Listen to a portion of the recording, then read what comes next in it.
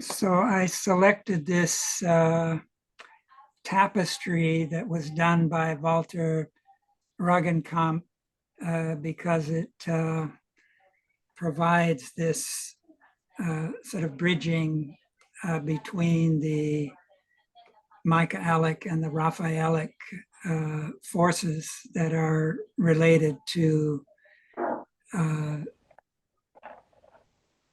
Michaelmas on the one hand, and the fall season, and of course Easter with Raphael, and the spring. There's of course a difference between northern and southern hemispheres, which also plays a role. But let's then move into the rest of the presentation. So the human being is between these forces, and just like in the day-night rhythm, which is also related to these influences, Rudolf Steiner spoke of how we should be working especially with the morning and evening forces, which in the yearly cycle are related to spring and fall, because this is where the points of balance are between midnight and midday in the day-night cycle, and summer solstice and winter solstice in the yearly cycle. And the luciferic forces are more related to the summer outbreathing forces of the earth, and the Ahrimanic, the danger comes more into play in the winter with the cold and the hardening and the inbreathing process, so that we can then more readily take this position that the sculptural group also expresses, where we're between those two forces of Lucifer and Ahriman. So I wanted to dedicate this presentation to Nicanor Perlas. I had the privilege of meeting him many years ago. I was at the time giving a presentation on the 7 Rosicrucian seals. Michaelic was a keynote speaker, and he was also one of the presenters. And this was on the Big Island of Hawaii. We're on Oahu here. This is where the more of a population, the government is more centered here. But the Big Island is where the active volcano, and it's much larger and younger geologically. Nicanor attended that workshop that I gave on those 7 seals, and I had an opportunity to have some conversations with him. And I also had some connection with his wife via Facebook. She shared that her husband Nicanor had gotten married to his active work, so that he was fully immersed in this, what he felt to be of central importance in our time. And in this slide, I'm just sharing the full email that he sent to a mutual friend, Frank Dauenauer, who has a anthroposophical Waldorf bookstore that is now working out of his home. But he's also one of the 2 founders of Mystec. And that's together with Andrew Linnell. I recently gave a keynote talk at their latest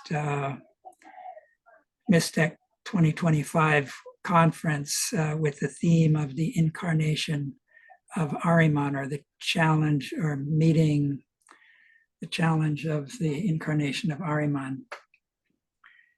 And this email shows that Nicanor had this uppermost in his consciousness and his mind.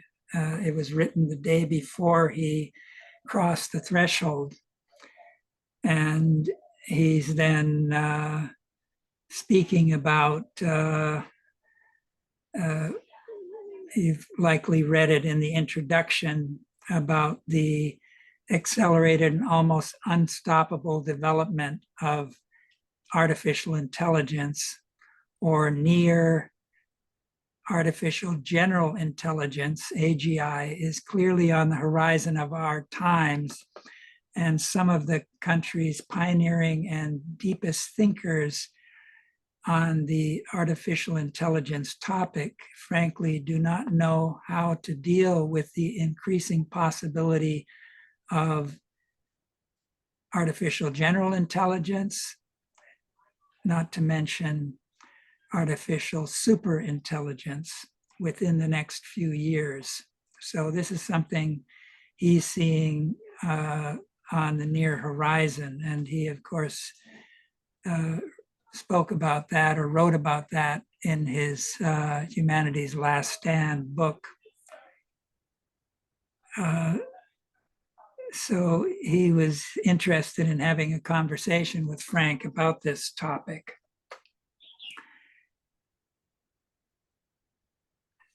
This is just a little excerpt from the preface to his book, which was published in 2018. That was before ChatGPT and those latest breakthroughs. So it's kind of a prophetic anticipation of our current time and what we're facing. He addressed the spiritual dangers of transhumanism and called for moral imagination and spiritual science. From the preface, he says, the 21st century is the age of science and technology. It will also be the age when humanity confronts, for the first time, a challenge that may overwhelm and destroy the human species itself in as little as 12 to 20 years from now. This is the challenge of artificial intelligence. Deployed properly, AI will confer tremendous benefits to society. It is already doing this. Deployed inappropriately or mistakenly, AI will undermine humans' civilization, as it is also starting to do, and could then lead to the extinction of humanity. That's pretty radical. Scientists, philosophers, and engineers call this latter possibility the existential risk of AI. The fears of our future, the fate of our future is literally in our hands. So he was sort of foreseeing this becoming a crisis. And since he's written that book, there's many signs that suggest that he was seeing things pretty clearly. So aside from his focus on artificial intelligence, he was very much involved in promoting the threefold social order ideas that Rudolf Steiner had brought forward, starting in 1917, 1918, 1919, etc. And Nicanor saw the spiritual cultural sphere, including civil society, that anthroposophy had to bridge to these other key communities and persons interested in ecology, in the future of society, sociology, and the globalization process. So there's many facets involved in this, and I'm not going to go too deep into this. I just wanted to acknowledge that he was involved in many areas aside from this artificial intelligence. And one of his early books involves biotechnology and some of the problems there.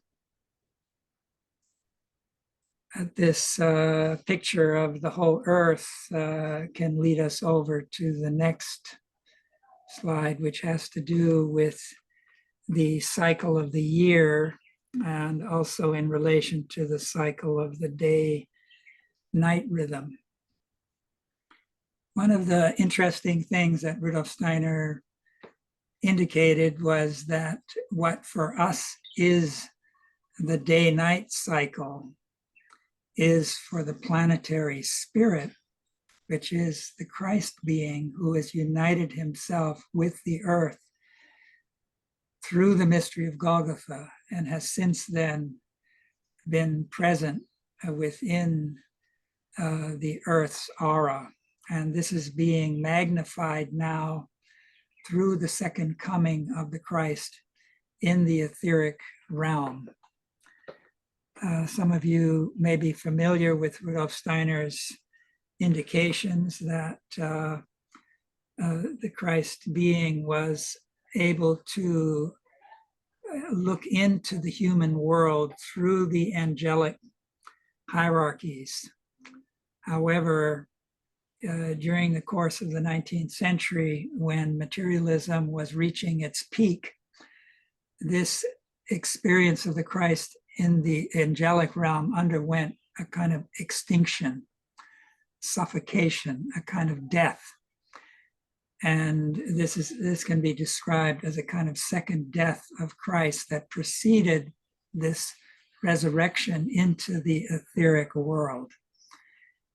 And unlike the first coming of Christ at the turning point of time, which Rudolf Steiner calls the most important event of Earth evolution that gave the Earth its meaning, that the second coming, unlike the first, which is more the Son principle, S-O-N of the Trinity, this new second coming in the etheric is really coming through the Holy Spirit.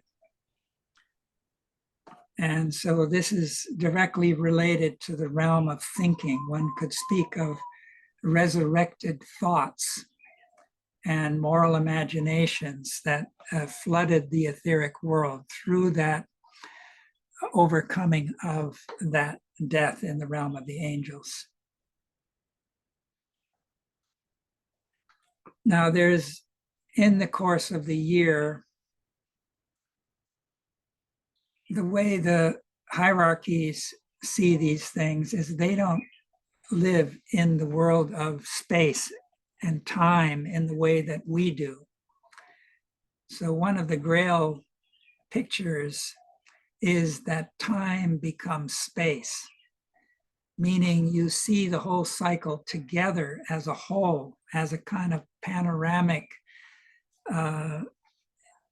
experience that embraces the full cycle. So on the largest level, the full cycle would be this 25,900 year cycle that's called the Platonic year, where we are moving through the zodiac constellation, and we're currently in the age of Pisces. The mystery of Golgotha took place in the age of Aries, and in the future, will be moving into the age of Aquarius.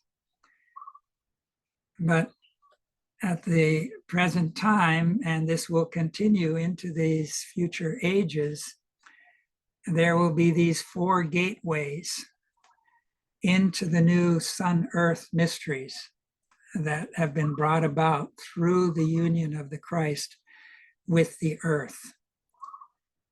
So that these archangels, who are kind of artistically, imaginatively rendered here by various artists working out of anthroposophy, that they're the guardians of these 4 gateways that occur in close connection with the solstices and equinoxes in the course of the year.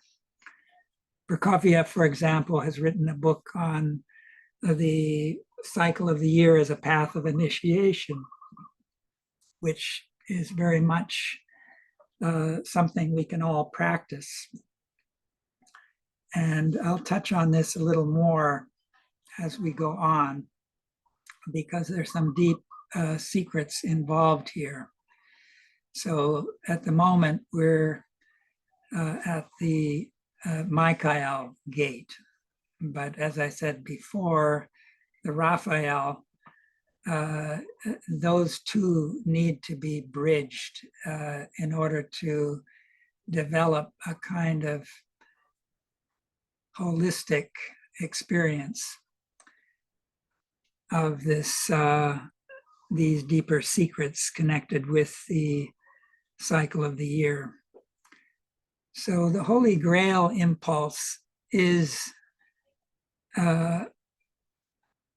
came to the surface, especially in the 9th century and beyond, in various written forms, in legendary form that contain very significant imaginations that relate back to the mystery of Golgotha. This took place in the 9th century when Raphael was the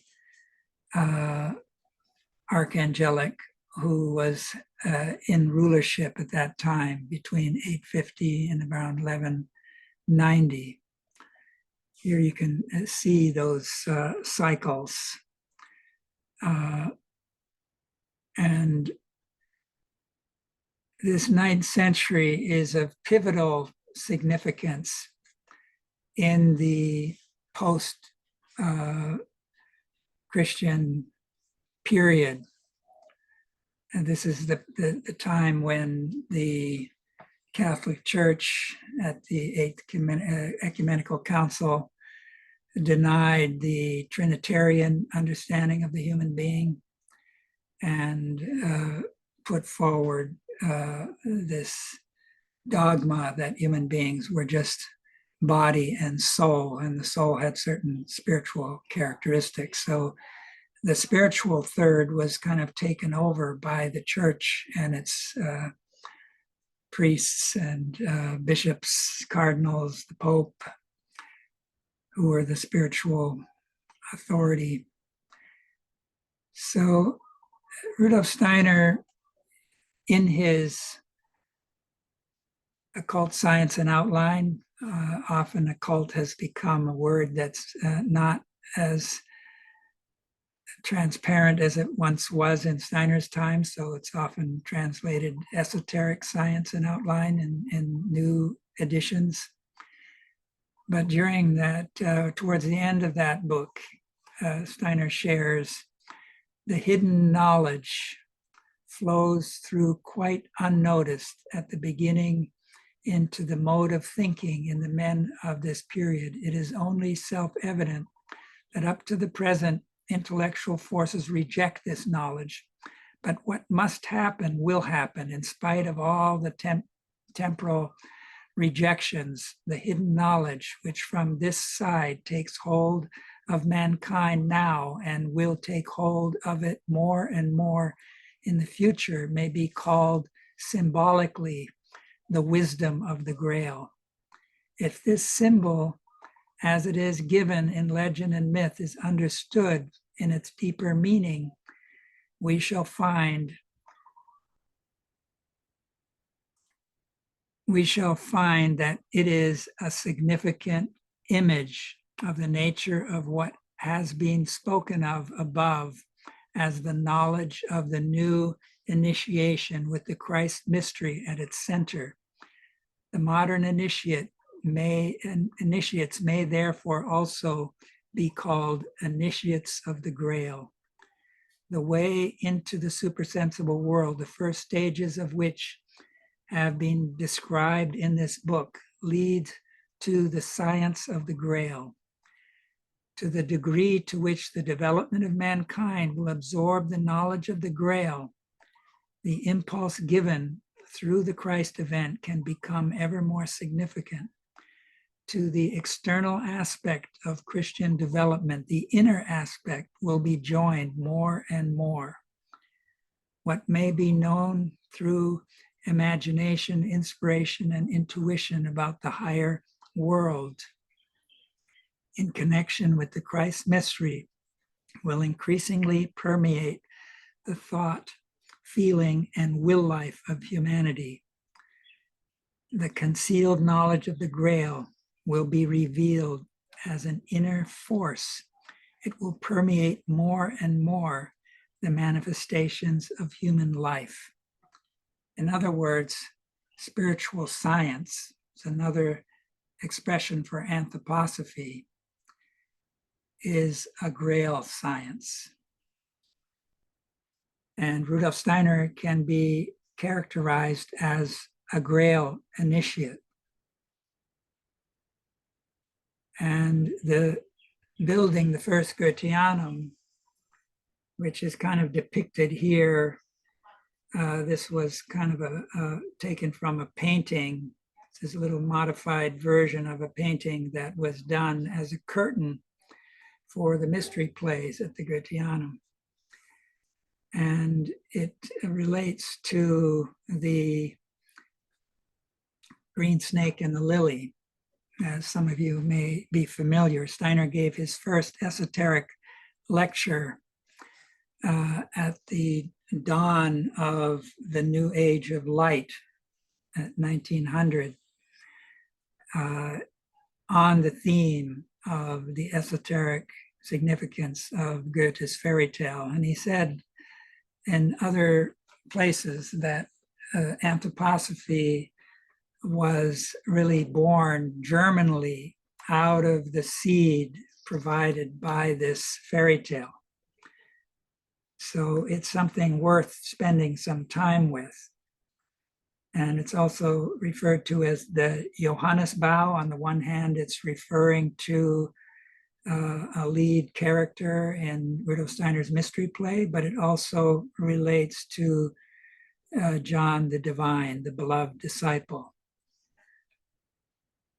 So one has in that story this temple that's initially beneath the earth with the three kings, the gold king, the silver king, the bronze king, related to thinking, feeling, and willing.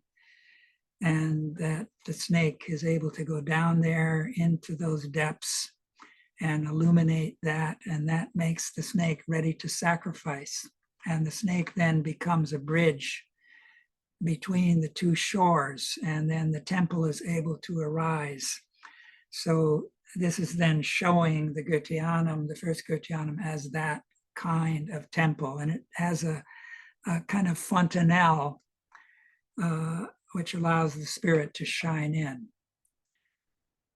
And this next slide, my apology for these lengthy quotes, but I think they're quite relevant. This is taken from a lecture that Steiner gave a year after that burning of that beautiful building, which was a major tragedy that impacted Rudolf Steiner's health tremendously. This was given at Christmas Eve at the launching of the Christmas conference, which would really begin more formally the following day. But this was involved the first of a series of lecture world history in the light of anthroposophy. So he says there, on Christmas Eve, 1901st evening of the Christmas gathering, he said, he spoke of how for the ancient Oriental who still had clairvoyant capacities, these men related the experience of their head to the earth, to the whole earth. I carry on my shoulders my head, and this head of mine is a true picture of the earth. This head, with its blood flowing in it, is a true picture of the earth with the land and water coursing over it. The configuration of mountains on the earth repeats itself in my head in the configuration of my brain. And as he had to feel the inner configuration of the head as an image of the earth, so he had to bring the environment of the earth, all that is above and around the earth, into connection with the opening downward in our heads, the turning towards the heart. Here in my head lives the earth. When I go deeper, there the earth is turning towards the sun.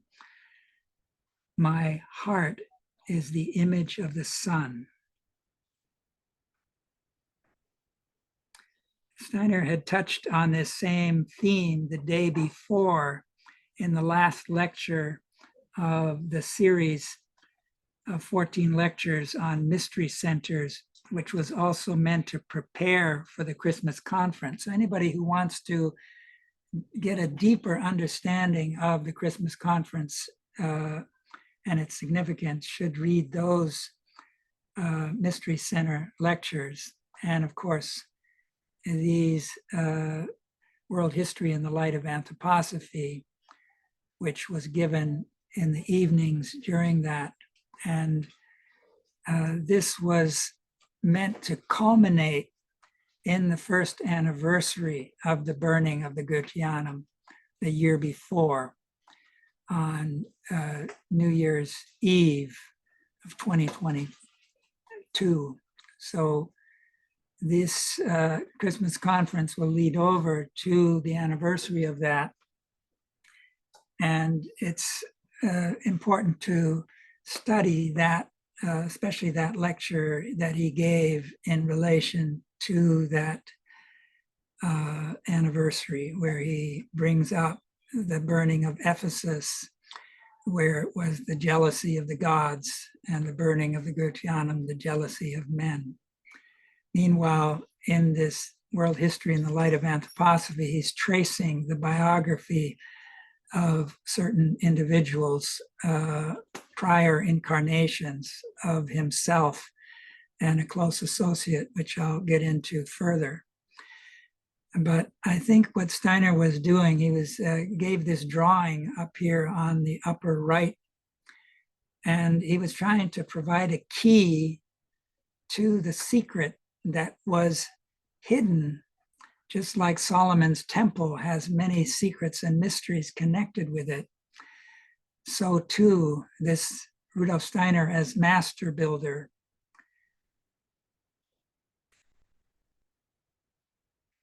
wove deep secrets into this Gutianum, one of which I'm kind of describing here, showing how if you take a cross-section of the human head, it can be related to the cerebrum, the large cupola, and the small cupola to the cerebellum. And the place where the podium was located would be where the pineal gland is located in the human head. Now, anyone who's delved into the standalone lecture, The Etherization of the Blood, which really describes the Grail secret in a deep way. He speaks there of how the blood that flowed at the time of the mystery of Golgotha was etherized and is there in the ether aura of the earth. And that there is a stream that flows upward from the heart to the head. And as long as we haven't undergone the transformation that Parzival underwent from the time of his first visit to the Grail Castle, where he didn't ask the question of what ails thee to the Amfortas, the wounded fisher king who was deeply suffering. And he then had to leave again and go on his journey. And only years later was he able to come back, and with the necessary compassion. And what does this compassion do? It carves out this hard stone. This pineal gland can be described as a stone that fell out of Lucifer's crown. It was knocked out by Michael in the battle in the heavens. And Rudolf Steiner describes how the ego provisionally is there between our eyes in the forehead. But that is only a preliminary position. In order to deepen and spiritualize that ego, it has to descend into the vessel of the pineal gland. And the way to prepare that is through compassion, through love. So we hear in the legend of the Grail how the hard stone that fell out of Lucifer's crown was carved out and turned into a chalice that was used at the Last Supper. And Joseph of Arimathea, who together with Nicodemus lovingly took down the body and from the cross, and Joseph of Arimathea gathered in it the blood, and it of course overflowed also into the earth itself, where it was received by the mothers. The mothers represent the soul of the earth that's threefold, that goes back to Saturn, sun, and moon. Even though those are past stages, they're present within the earth, and they need to be redeemed. So they receive, there's this painting that was meant to go into this Goetheanum, the Grail triptych, where that is depicted in imaginative form. So you have, I would like to say, Rudolf Steiner at that podium, who had carved out that hard stone within his own head. And when that happens, then the etherized blood from below is able to gather in that vessel and shine around that vessel as an aura that extends as far as the heart. In the lecture series, Wonders of the World, Steiner describes how that's the phenomena that was depicted in many paintings with the golden aura around the Christ and his disciples and saintly figures, etc. But that's the microcosmic Grail mystery. There's a macrocosmic counterpart to that. And if you study this etherization of the blood book or lecture that's now in book form, Steiner indicated that there was a macrocosmic counterpart to this microcosmic Grail mystery that he was describing. And that this was tremendously significant to where the Rosicrucians investigated this very, very carefully. So I'd like to propose that as a fruit of my own research in this, that with this Goetheanum secret that I'm kind of sharing with you here, Steiner was seeking to build a bridge between the microcosmic Grail mystery and the macrocosmic one.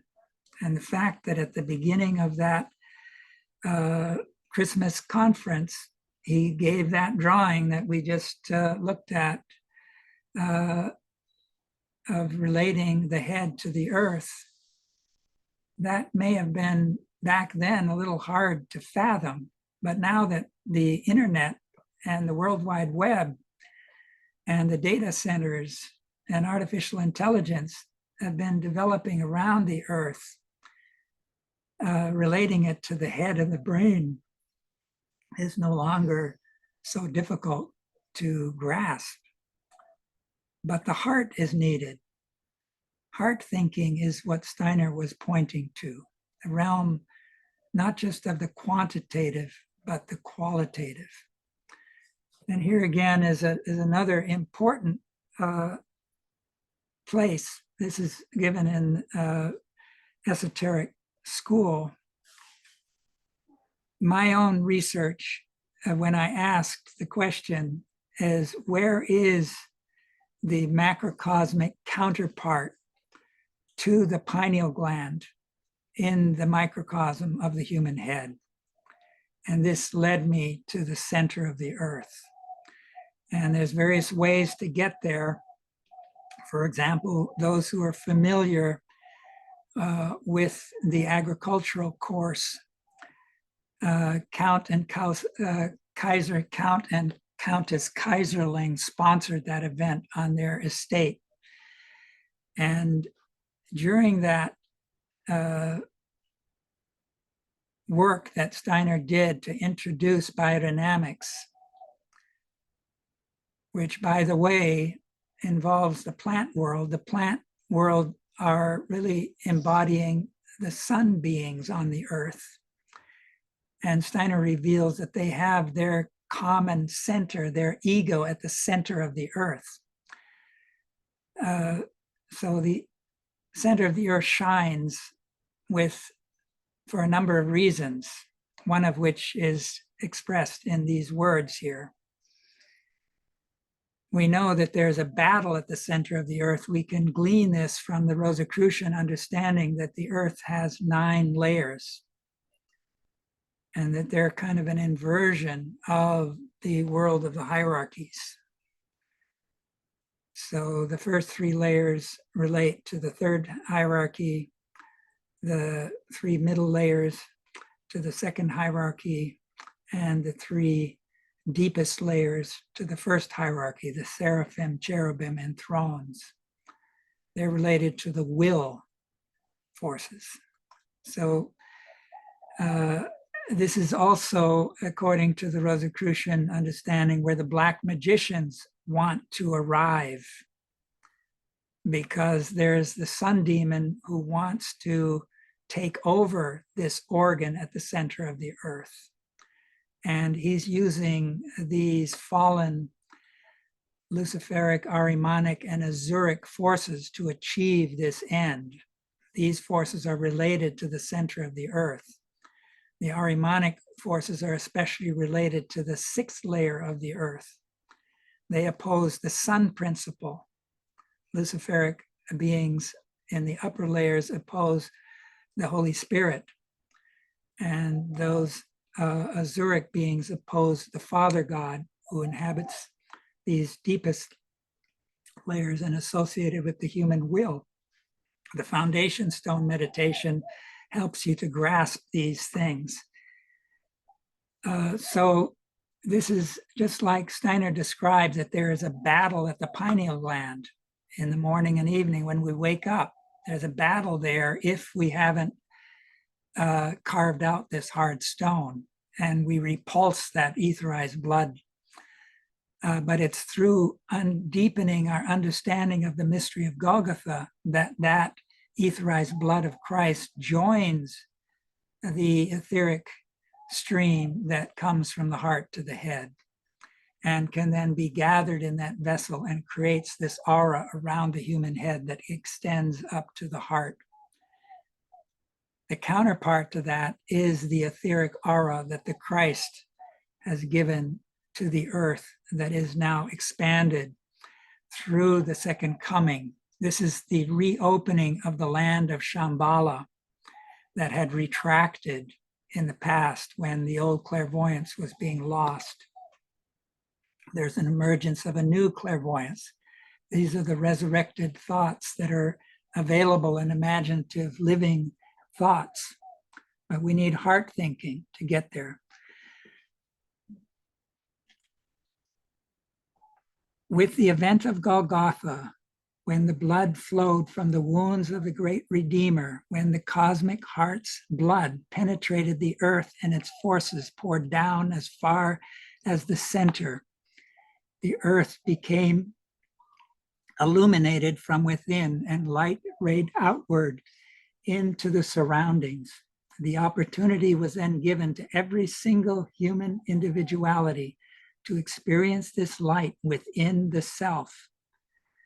When the earth became the body of the great sun spirit, through having been impregnated with his spirit powers, all the beings on earth were equally endowed with these forces.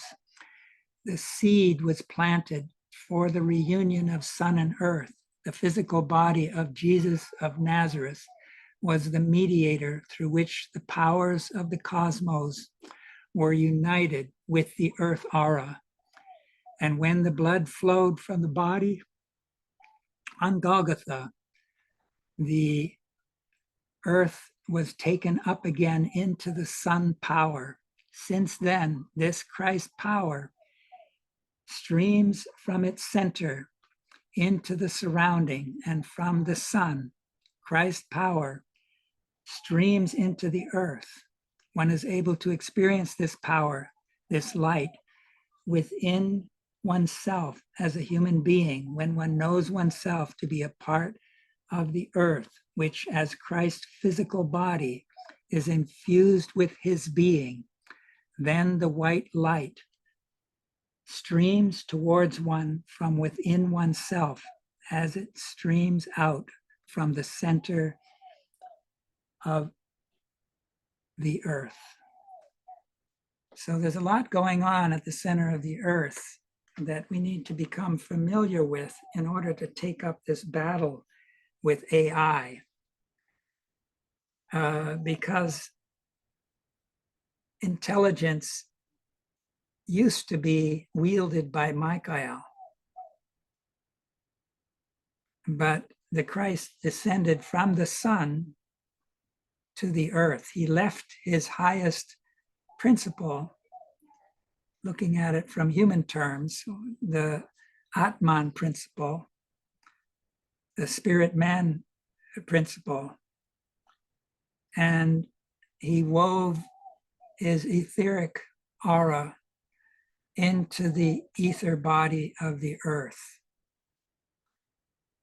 And then he bestowed his spirit self into souls such as Joseph of Arimathea, Nicodemus, who are the leaders of the Grail stream. Unlike the gathering in the upper room, where the ritual that is the archetype of the Mass or the communion ritual do this in memory of me, as you have in the Catholic Church with the bread and the wine. There, beneath the cross, you had the actual body, the actual blood that was laid into the earth with great reverence by these individualities. And the Maria being who was overlighted by the Sophia, the beloved disciple, was there witnessing these events recorded in the Gospel of John, which can be characterized as a Sophian gospel. So this shining of the earth, there's really two auras anchored at the center of the earth, I'd like to say. One is the supernature aura that was witnessed by the Arthurians that saw the Christ in the etheric. King Arthur and his knights, King Arthur and Guinevere, represent symbolically sun and moon, the mysteries of the day and the night, in communion with one another. And the 12 knights, which was the inner circle representing the 12 constellation of the zodiac, and then there was a larger host around them.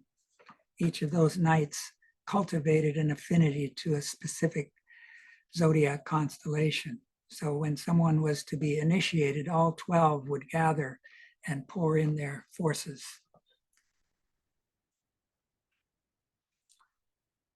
So the real center of this beautiful building that was tragically lost through the jealousy of men was meant to have this sculptural group, which Rudolf Steiner himself labored on with great love and reverence, together with Edith Marion,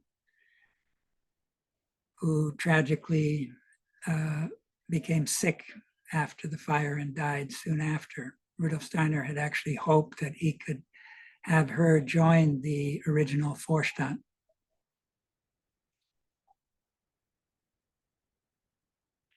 So in that cupola above, this is the central theme of that cupola above. It's the same theme that was the most important imagination of our time, was then brought down onto the physical plane, not through the medium of the painting and color, which speaks more to our astral body, but through sculpture, which speaks more to our will. Think of the hammer and chiseling that needed to take place. You can't take out too much or you ruin it. So there you have the polarity of Lucifer and Ahriman, with the Christ creating this balance, which is a dynamic process. And this is the new approach to the mystery of good and evil that was meant to be center stage. And it was the only major thing that was saved from the fire because it hadn't yet been put in its place. So here, this has a lot to do with the Easter mystery, which has to do with the Grail. Steiner had hoped to be able to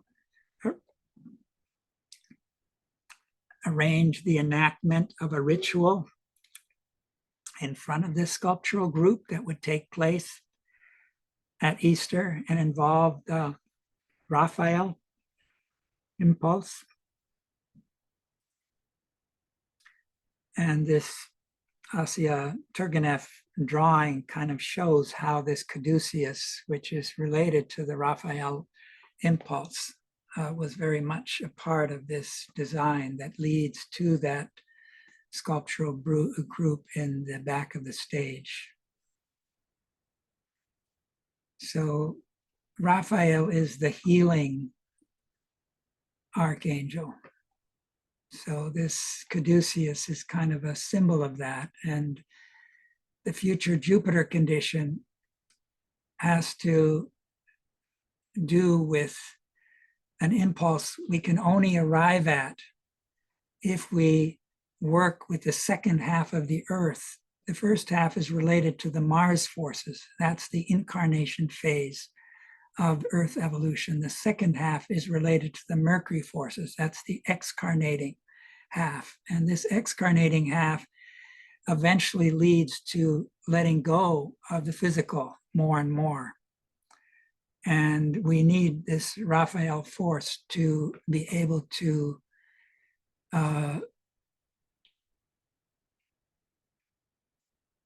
move in that direction in the right way. So just like at the beginning of Steiner's work, Marie Steiner played a significant role through questions related to the Christian mysteries of the West, in contrast to the Eastern mysteries that the Theosophical Society was bringing forward. And she was kind of the co-worker in that period when Steiner took on the leadership of the German section and gradually expanded that with her help.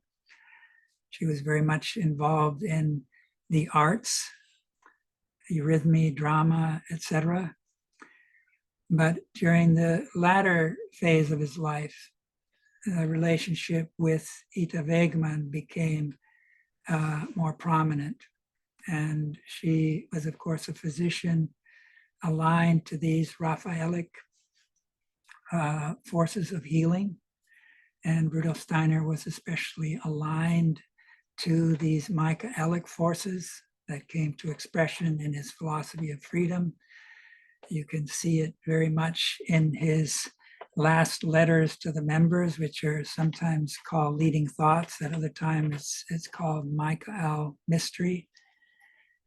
It's very helpful to work with those. They're meant to be a meditative vehicle. In one of those, he speaks of a theme that's related to what I was just previously sharing, where he says that a star, and he speaks of the earth as a star, the ego of that star is at the center of the star. So again, he there reinforces this understanding that the ego of the humanity as a whole is related to that center of the earth. And the lecture cycle that I mentioned earlier, World History in the Light of Anthroposophy, goes into the incarnations to some degree of past lives that Rudolf Steiner shared with Ita Wegman. And one of them that I'm highlighting here was in the 9th century, where Rudolf Steiner appeared as Shinatalanda and Ita Wegman as Ziguna. And when Parzival came out of the Grail Castle the first time, where he neglected to ask the question, he ran into the figure here on the right of Ziguna holding the body of Shinatalanda, who had really been killed by the Red Knight, who had dragons on his shields and armor, in defense of the lands that belonged to the father of Parzival. Shinatalanda had been the seneschal of Parzival's father. And one of the pictures in Wolfram von Eschenbach's story is that Parzival, after seeing some Arthurian knights, decides he's got to go and become a knight. And his mother dresses him up in fool's clothing because she was hoping he would kind of come back soon. She was called she died of a broken heart as a result. But she later, according to Steiner,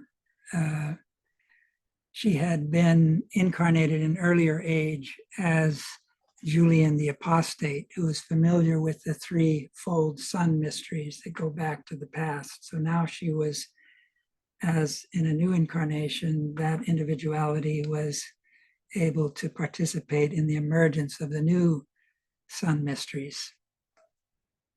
And when Parzival left, one of the first encounters was a tent where there's a woman sleeping called Jashuta, and he goes in, and his mother had advised him to ask questions.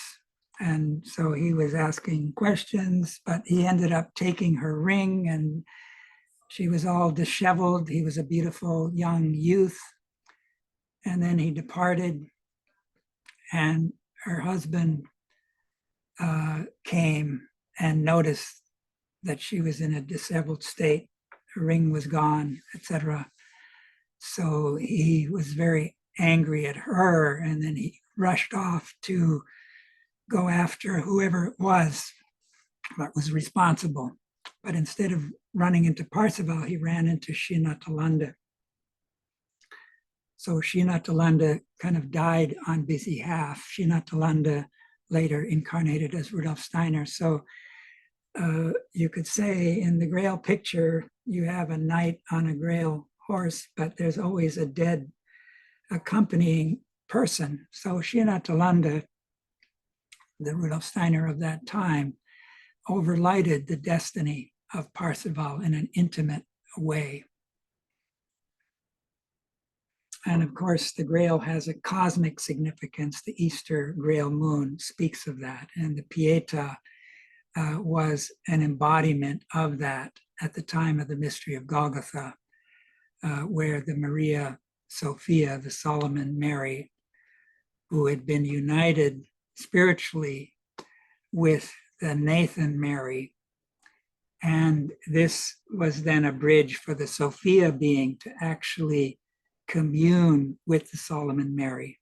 So you don't just have the incarnation of the Christ, you have the incarnation of Sophia, who there is then holding the future. She's the embodiment of wisdom, and wisdom is now shining with love, transforming wisdom into love, which is the mission of the whole earth, is embodied in this. So this is where the sculptural group was meant to be placed. And the cupola above is the imaginative world that we need to enter into. There is a natural clairvoyance emerging.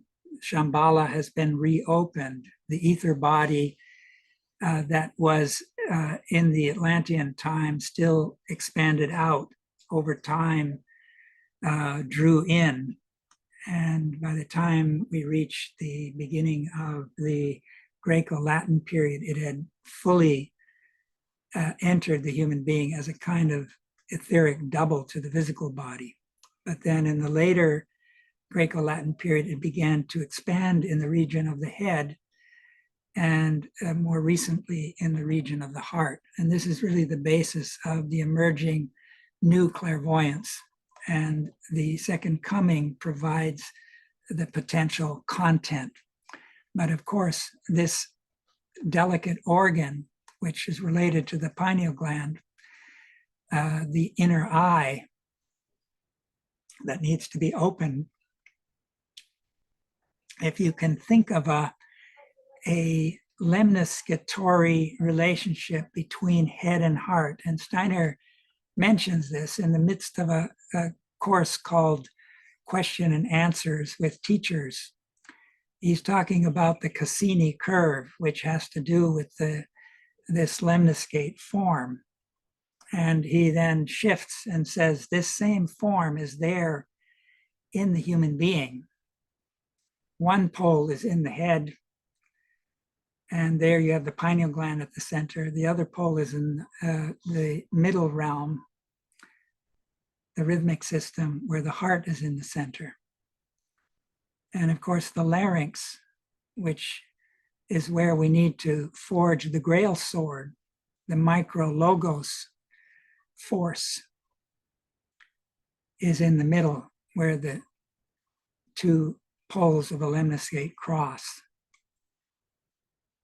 So this is the microcosmic Grail mystery, but there's a macrocosmic counterpart to that, and that is weaving in the course of the year between sun and earth. So that right now at Michaelmas, it's in a state of balance between sun and earth. But we'll be moving towards the winter, where it'll be more breathing into the earth. And in the summer, it's breathing out to the sun. And that's where these four archangels are the guardians of these new sun mysteries. And that's where we need to discover this center of the earth, the equivalent of the pineal gland of the earth, in order to fight AI. And how do we do that?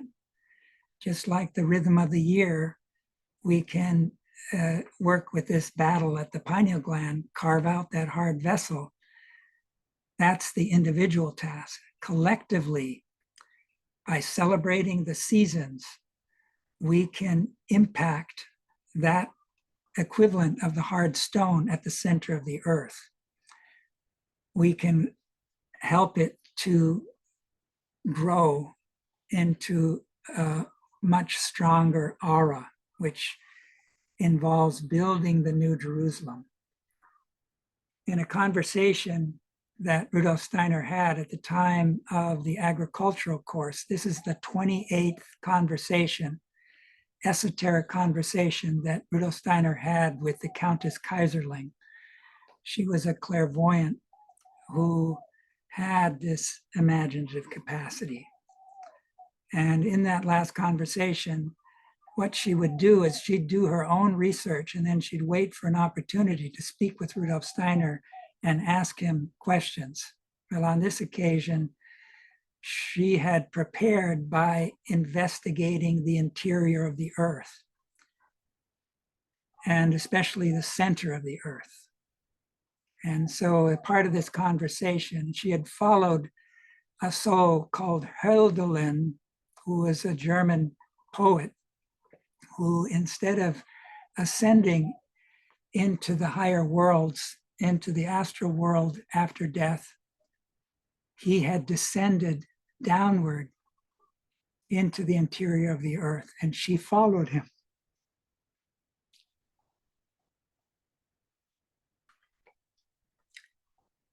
And she then studied the Ptolemaic system, because, as Steiner said, the Copernican system is true for the physical plane and the spatial physical universe, but not for the astral plane. There, the Ptolemaic system is right, because when we leave the earth, we pass through the moon sphere, the Mercury sphere, the Venus sphere. Those two names have been exchanged.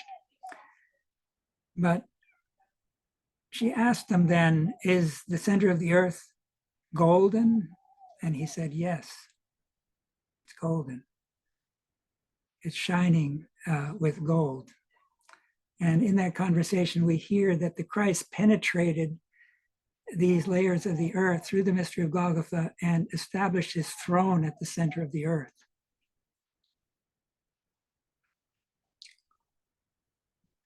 And in that conversation, she asked him about the Grail Castle, and is it related to the New Jerusalem? And he says, the Grail Castle is where the future New Jerusalem is now in its becoming. The New Jerusalem is the goal, the same goal that the Grail mysteries are aiming at.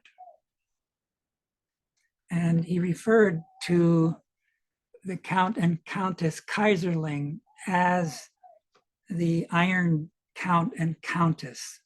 And amidst that conversation, there's kind of this description that Steiner gives of three knights: the Round Table, who have golden armor, the Grail Knights, who have silver armor. And then he speaks of the knights that have a special relationship to the earth, and they have iron armor. And they have a spear that has a diamond tip that can reach the center of the earth. So these are all imaginations that are valuable to penetrate these mysteries. So on the right side here, you have the interface of Lucifer and Ahriman without the Christ in the middle. That's what the general condition of most human beings is. but we need to bring the Christ into the middle.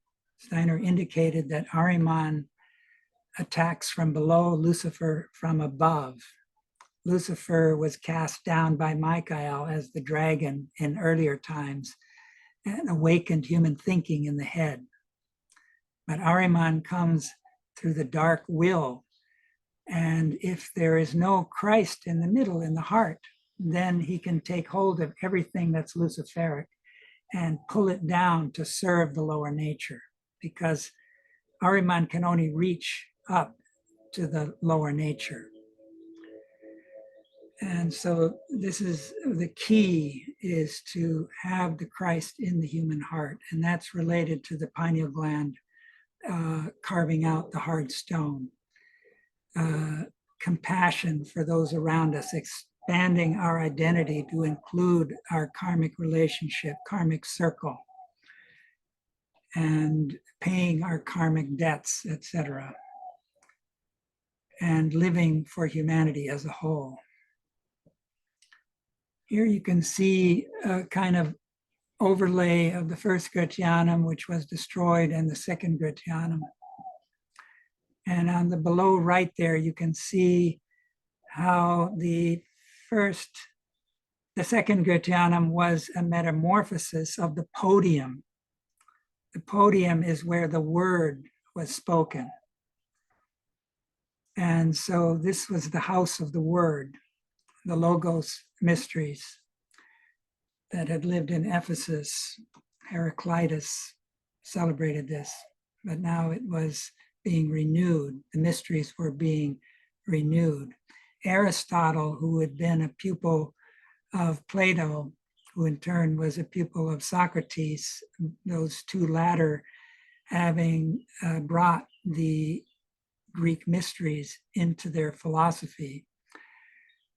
Rudolf Steiner at that time, as Aristotle, had the task of closing the mysteries, of leading humanity downward as an agent of Michael. Michael was the ruling archangel at that time. And his pupil was the being who had appeared as Alexander the Great, who was the former incarnation of Ita Wegman. So he helped to carry this Aristotelian impulse into Asia, into North Africa, and the Arab countries took it up. And eventually it kind of took on a form that became modern science. But Rudolf Steiner himself, aside from that Grail initiation event that he participated in, reincarnated as Thomas Aquinas, who brought those Aristotelian mysteries into a Christianized form. And I spoke of that here, where Reginald of Perpino was kind of the secretary of Thomas at that time.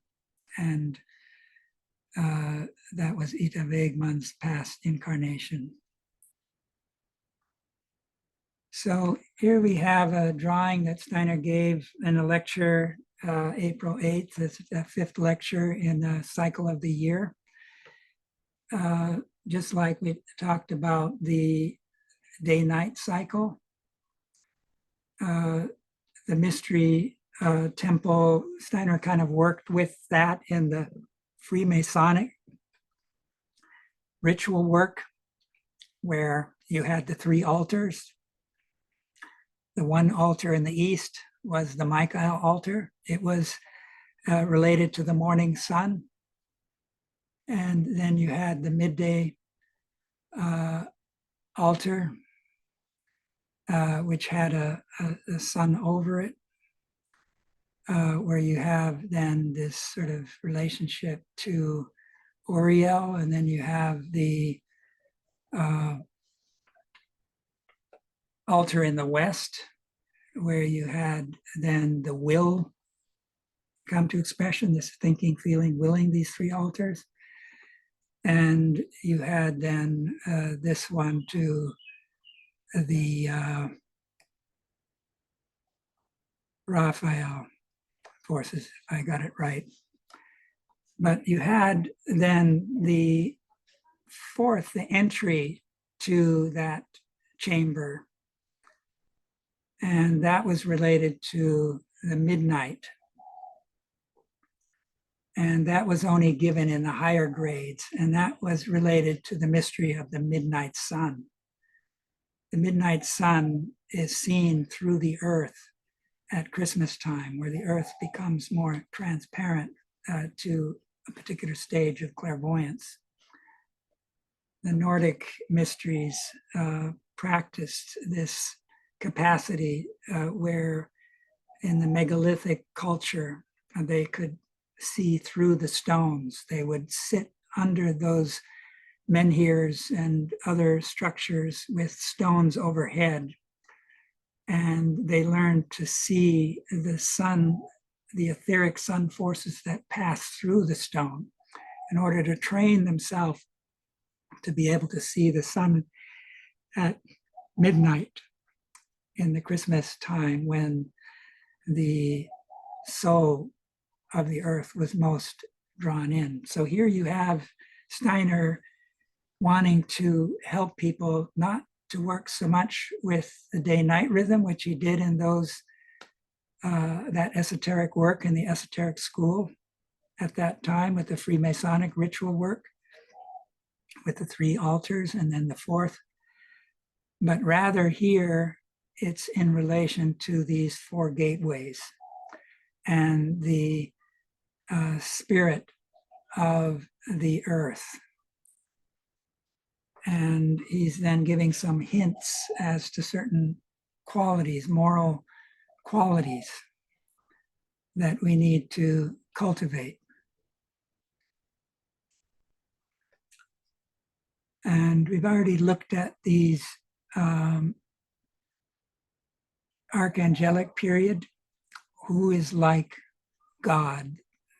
That's what Michael means. And he's the defender of Sophia. You see this in the 12th chapter of the book of Revelation, authored by the beloved disciple.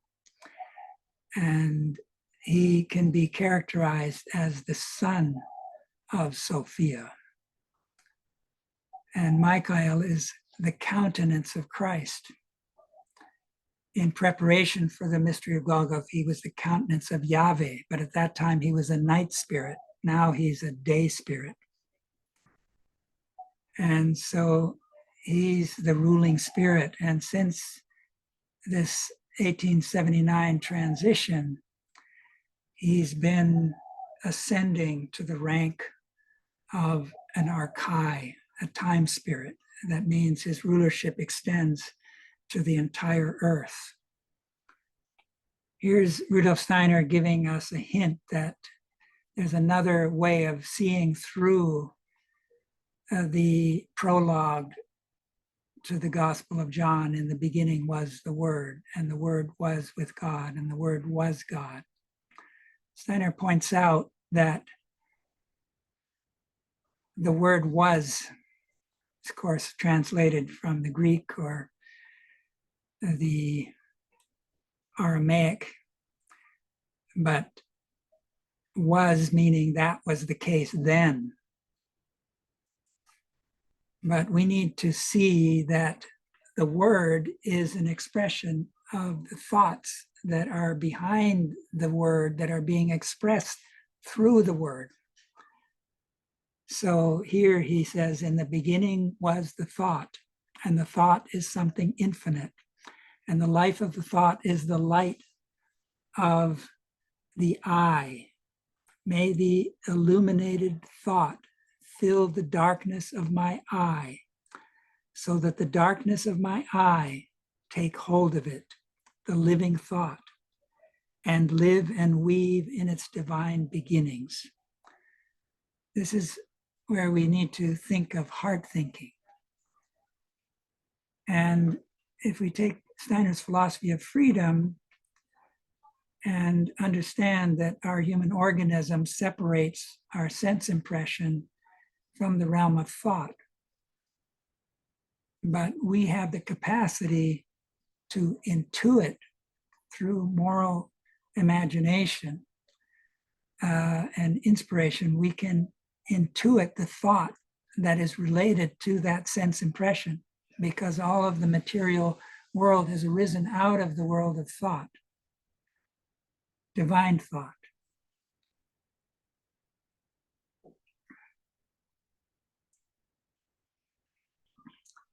So here's another way of looking at the same phenomena to the question, what is the basic matter of our earthly existence?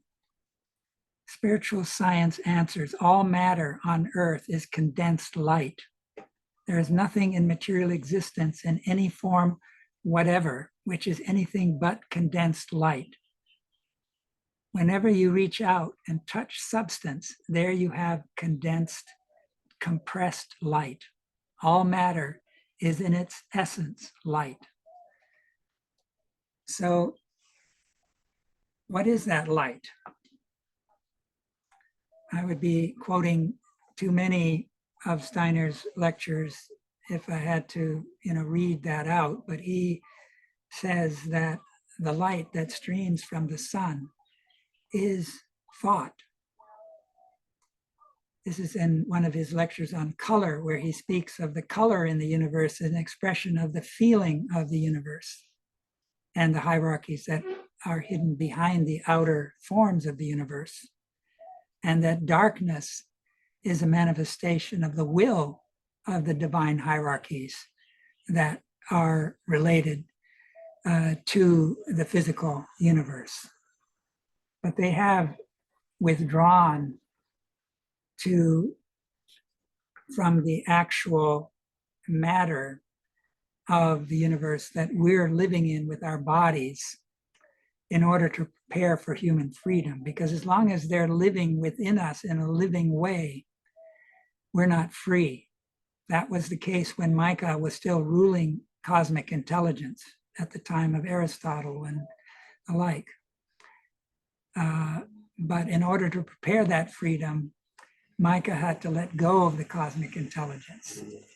But it's still true that all matter is condensed light. But the light relates to the past. So if we look at our telescopes and we hear about astronomy telling us about those suns that are so many light years away, to where they can get to the early phase of the universe, that is, of course, the past. And the future is hidden in the darkness, and the color is the bridge.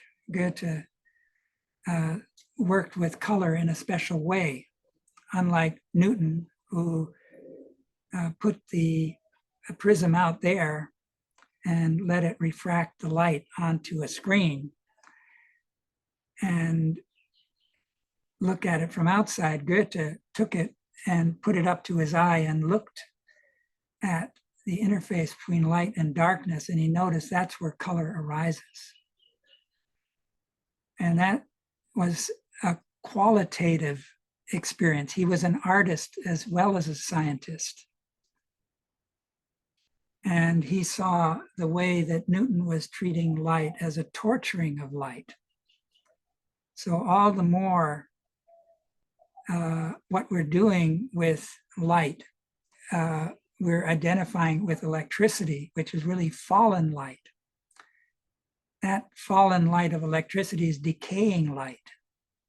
Steiner shares this at the end of that etherization of the blood lecture, where it's fallen astrality. Lucifer invaded the astral body. And that's why electricity always seeks the darkness in the earth. It always wants to be grounded. Light doesn't do that. Light wants to expand. It's governed by levity. It's not dominated by gravity as electricity is. There's, of course, negative and positive electricity, so we won't go into that right now, but this is really the basis of the computer chips. So we already, with the picture of the Pietà, we already touched on this mystery, but here it's pertaining to us. Just like we need food for our body, we need food for our soul. The archetype of our soul is the Sophia. The next phase of evolution is Manas, spirit self, which involves purifying the astral body. That brings about a redemption of Lucifer and a communion with the Sophia, who embodies the mysteries of the night. That's why in this seal, she has the moon under her feet, and the Luciferic dragon has 7 heads and 10 horns. That's the old root races. But she leads us towards a universally human experience that involves a new community building that's all of humanity is embraced by it.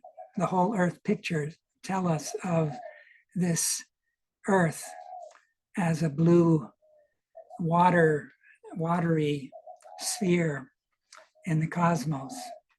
And we know that water is related to the world of levity. It can also become ice and descend into gravity. But water is the main medium of the etheric. And the picture of this woman standing on the moon, one could imagine it as a lamp. And it has the stars. In this picture, it has 9 stars because we're meant to add the other 3 stars. But in the book of Revelation, it has 12 stars. We need to add our 3. The moon is the vessel, but the moon needs to reflect the grail, the sun forces. The anti-grail is the silver platter with the head of John the Baptist in it. That was Herod, who had been seduced by the dance of Salome. And Herodias was asked after he said, I'll give you up to half of my kingdom. What should I ask for? And she advised him to ask for the head of John the Baptist. And he had respected John. He didn't really want to do it because he made this promise in public. He then went through with it.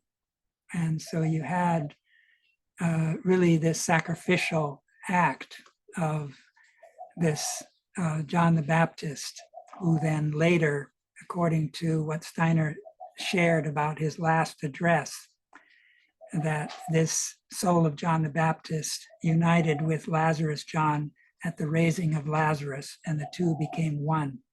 Both of them had been about 30 years old, so they lived to be over 100. So that was a communion that prepared the middle stream that heals the rift between Cain and Abel. Steiner says that the burning of the Goetheanum was due to an alliance between the Jesuits, who are backward Abel stream, and the backward Freemasons, who relate to the Cain stream. They usually hate each other, but they made a pact against the middle stream, which is the middle stream of the 2 Johns that Steiner was speaking of in his last address, but he was too ill to give the second part, so he shared it with Ita Wegman and his other physician. So this internalizing of wisdom, anthroposophy, is the anthroposophia, is the lowest member of the world soul, the Sophia being. And spirit self involves communion with the Sophia, with wisdom. And wisdom, in this case, gives birth to love. There's the gospel of the Matthew, which is sort of the King's gospel, has a mini apocalypse in it. And in it, as you hear of the wise and foolish virgins, the wise virgins have oil in their lamp. So this is a symbol of that lamp. They have the Christ in the middle.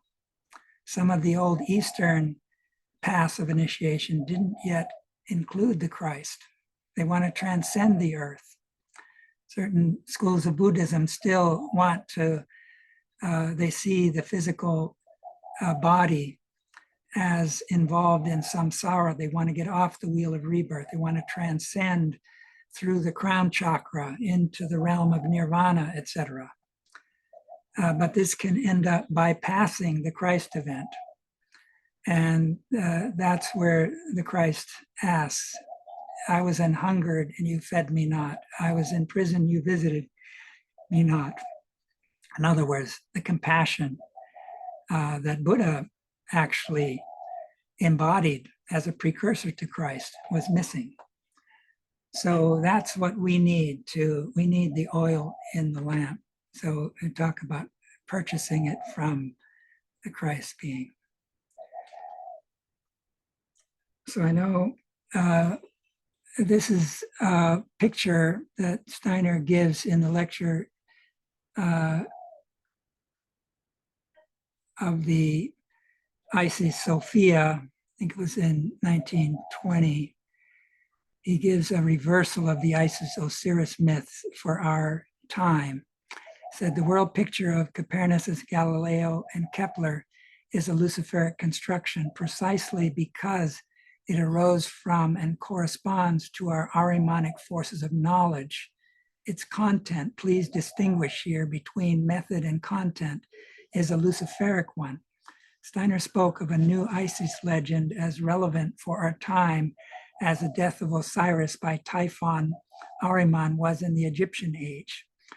Projecting this materialistic mechanistic astronomy onto the heavens has brought about the death of Sophia. Steiner went on to say, we do not lack Christ, but the knowledge of Christ, the Sophia of Christ, the Isis of Christ is lacking. Just as the Egyptians looked from Osiris to Isis, so we must learn to look again to the new Isis, the Holy Sophia. Christ will appear again in his spiritual form during the course of the 20th century, and through the arrival of external events alone, not through the arrival of external events alone, but because human beings find the power represented by the Holy Sophia. So we have to go in search of the Sophia. We can't allow this materialistic picture that's projected onto the cosmos to be our view of the universe. That nails shut the coffin, which is the ocean of stars at the moment. We have to develop this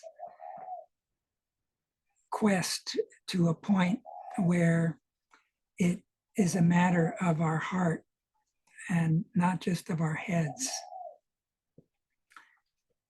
And here I'm just showing what we're up against. This is, I'm showing how Elon Musk, who's transitioning to the dark side, people who knew him earlier characterize major changes. And he's, of course, developing this Neuralink technology, thinking that is going to help us to keep up with the AI revolution. He's also sending these Starlink satellites up, major player with SpaceX. And he wants to go to Mars and populate Mars, just like Bezos wants to create space colonies. These folks were brought up on Star Wars and Star Trek. And so that's a form of imaginative experience that is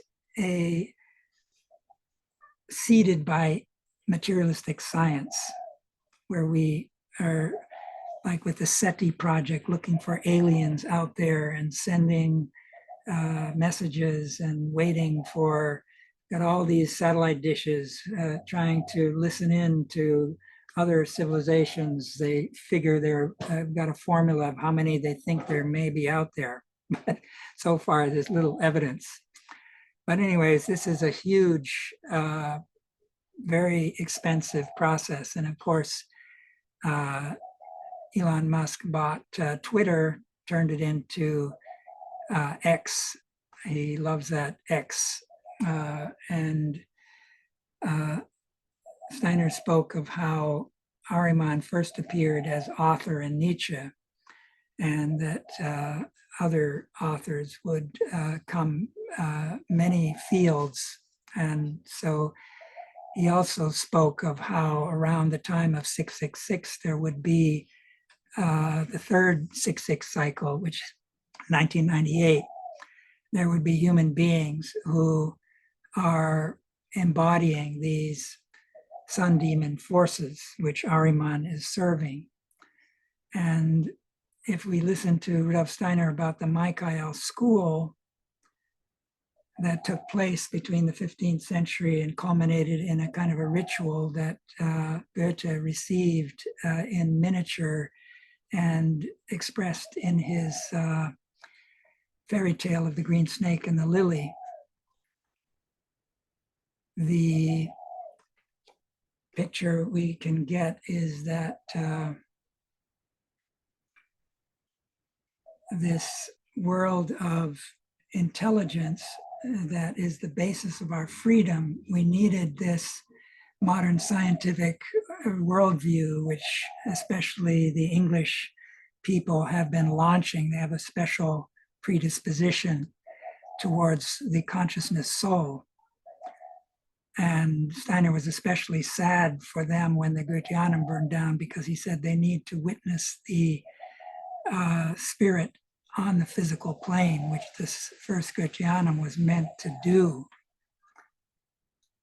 through the arts, through the sculpture, through the beauty of the architecture, the stained glass windows and all of that.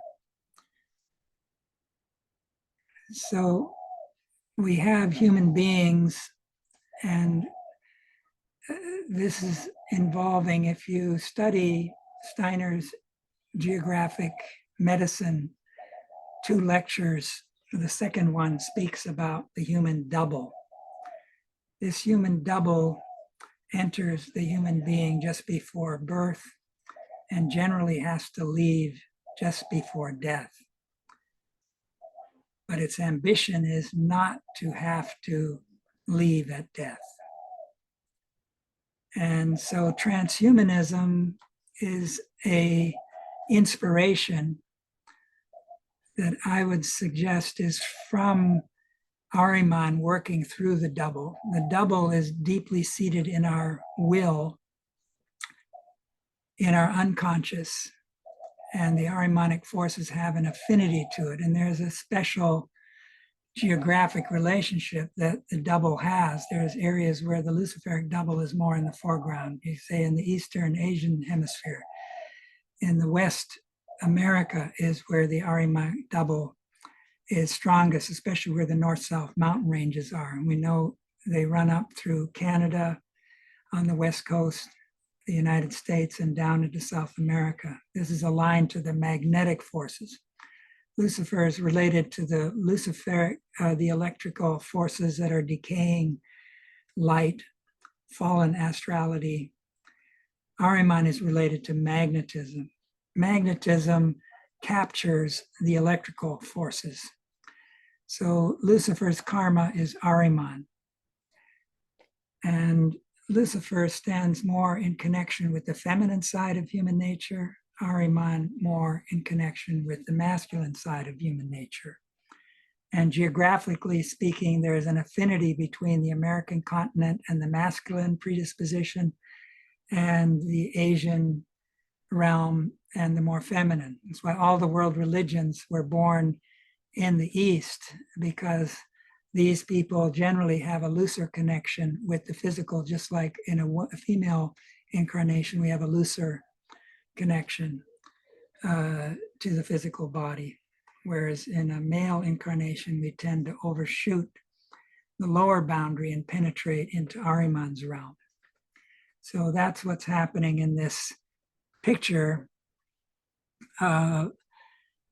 We have to lead the world of abstract thinking upward by enlivening it, bringing the heart forces in, the subjective world of qualities human feelings. And we need to lift the veil of nature, just like we need to lift the veil of the stars, which is the garment of the new Isis Sophia, behind which the real invisible world soul is hidden.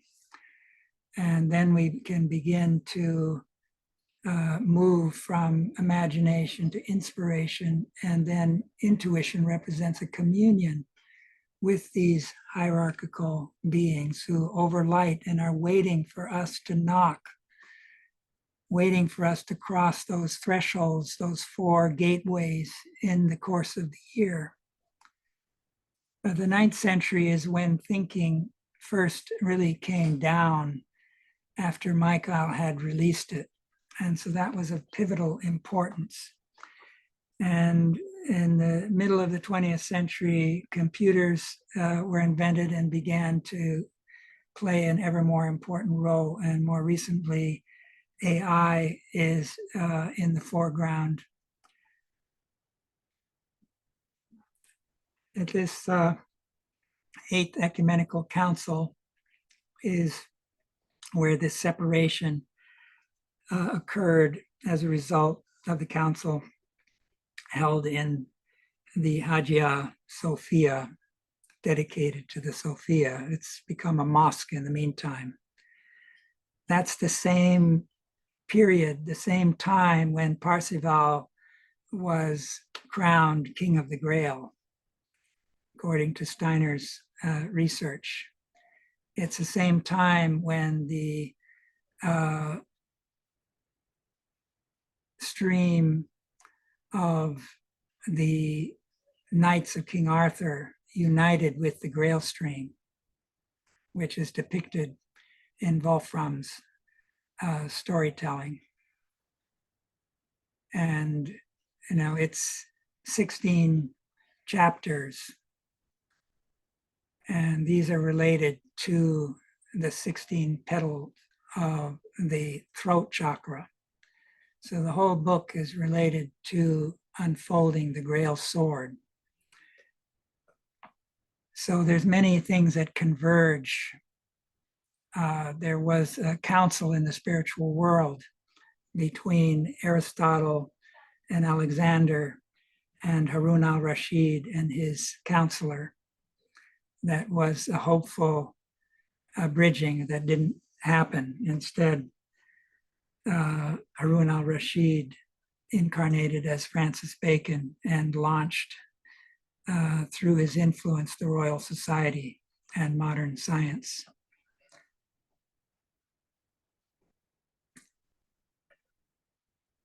So human intelligence and the Ahrimanic danger. The mystery pupils had long known that human intelligence approaches its development towards evil, and that it becomes more and more impossible to recognize the good through mere intelligence. Mankind finds itself today within this transition. Intelligence will increasingly incline to plan evil, to bring error into knowledge, and insert evil into man's moral life. This is one of the reasons initiates call themselves men of anxiety. If man were not to develop anything else but intelligence, he would become an evil being on earth. In Egypt and Chaldea, it was good. Later, it entered into a relationship with the forces of death, and it will enter into a relationship with the forces of error, deception, and evil. If the mystery of Golgotha had not occurred, humanity could not have avoided becoming evil through intelligence. The Christ being has flowed into mankind's evolution. He is within it since the resurrection. He dwells especially in our soul forces. Only by permeating intelligence with the Christ impulse can it be redeemed and lifted out of its Ahrimanic destiny. In this same, I've left out parts here for the sake of reducing the amount of script here. But in that, he says that the Christ has implanted the capacity for rebirth in every human soul. And that's what we have to unfold as that seed potential. In another esoteric lecture, and this is related to the secrets surrounding the fact that the spiritual beings don't value physical things. What they value is the results of spiritual development. So the human beings were for a time cut off through the fall from the hierarchical beings to a certain extent. And they didn't know death. Death was outside of their purview. It was only through the Jesus Christ being overcoming death, going through death, uniting himself with the earth, that there was then a jubilation in the heavens. Hallelujahs in the heavens. A new gateway had opened into the interior of the earth, which are really the hell regions of the earth. The Christ descended and brought light into those hell regions. And the redemptive power of that light. Steiner speaks of how the first 7 layers of the interior of the earth were such that the Christ, through these 7 stages of Christian initiation, which are related to the foot washing, the cross bearing, the scourging, the cross bearing, the crucifixion, the entombment, and the ascension, the resurrection, etc. These allowed the Christ to penetrate the first 7 layers. And I believe the next layer, the 8th layer, was bridged through the raising of Lazarus, because that's where the strife between Cain and Abel was centered. And that healed that rift in human evolution. John the Baptist, both of his parents were of the priestly stream. He was, you could say, representing this Abel stream. Abel is a mediator of grace in a certain sense, but Hiram reincarnated as Lazarus John. He was of the Cain stream. And through the communion of those two, there was a healing of that rift. And this is what the backward Cain and Abel Freemasons, Jesuits hated more than each other, to where they destroyed, out of this jealousy of men, this beautiful building, which would have been accessible, made anthroposophy accessible to much wider groups of people. So this was a major attack, and we're facing the mystery of evil in our time. So we have to get to know these forces. Steiner, in the same lecture, which is titled, it was given around the time, 1919, when he was giving the first lectures to the Waldorf movement, Education as a Challenge of Our Time, something of that sort. I don't remember exact the title. But he says, speaking to teachers, that their task is to prepare these children to be able to, during the course of their destiny, undergo a second birth. That's the task.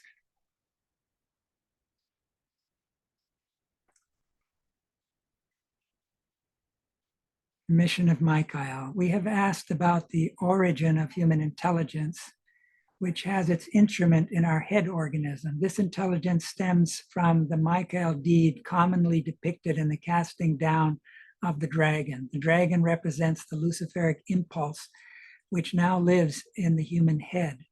Subhuman beings arising from below, infused with Ahrimanic will, now seek to influence human willing.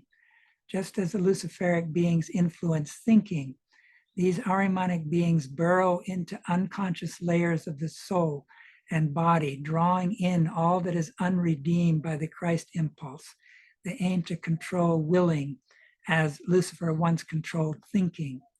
Only a Christ-filled soul, anchored in the middle consciousness, can resist their intrusion. Otherwise, intellectual forces will be dragged down into their domain, just as Michael's deed illumined thought through Lucifer. So now we face a counterpole, the rise of Ahrimanic beings from below. These beings exploit instinct and unconsciousness to subvert the soul, unless man gains clarity and inner strength through spiritual science. So again, these are longer lectures. This is the 5th lecture in this mission of Michael. I would encourage you to delve into that more deeply. The mediator of this Ahrimanic inroad is this doppelganger. And the fact that Ahriman, through this doppelganger, doesn't want to undergo death.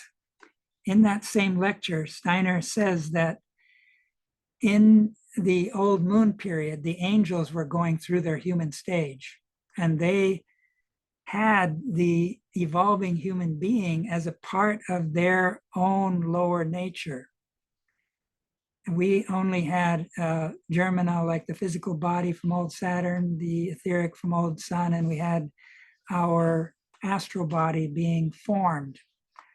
And he says during the second half of that old moon evolution, these human beings were still on this astral level, were having a disturbing effect on these angels who were going through their human stage. And then he goes on to say something similar is happening in our time. There are beings burrowed in the lower recesses of our will who are those beings who are preparing to go through their human stage in the future Jupiter condition. And similarly, in the second half of Earth evolution, they will have a disturbing effect, which is on the rise. And Steiner says that libraries are a citadel of Ahriman. Think of now these computer banks that are being formed with scraping the internet. All these books that Google has been copying for decades are there in their databases. Huge amounts of data centers are being built. Trillions of dollars are being spent. And soon we'll be having humanoid robots that will have this AI embodied in them as our companions in our homes, in our work, in our businesses, in our institutions. And the thing that they're inspiring is transhumanism and posthumanism.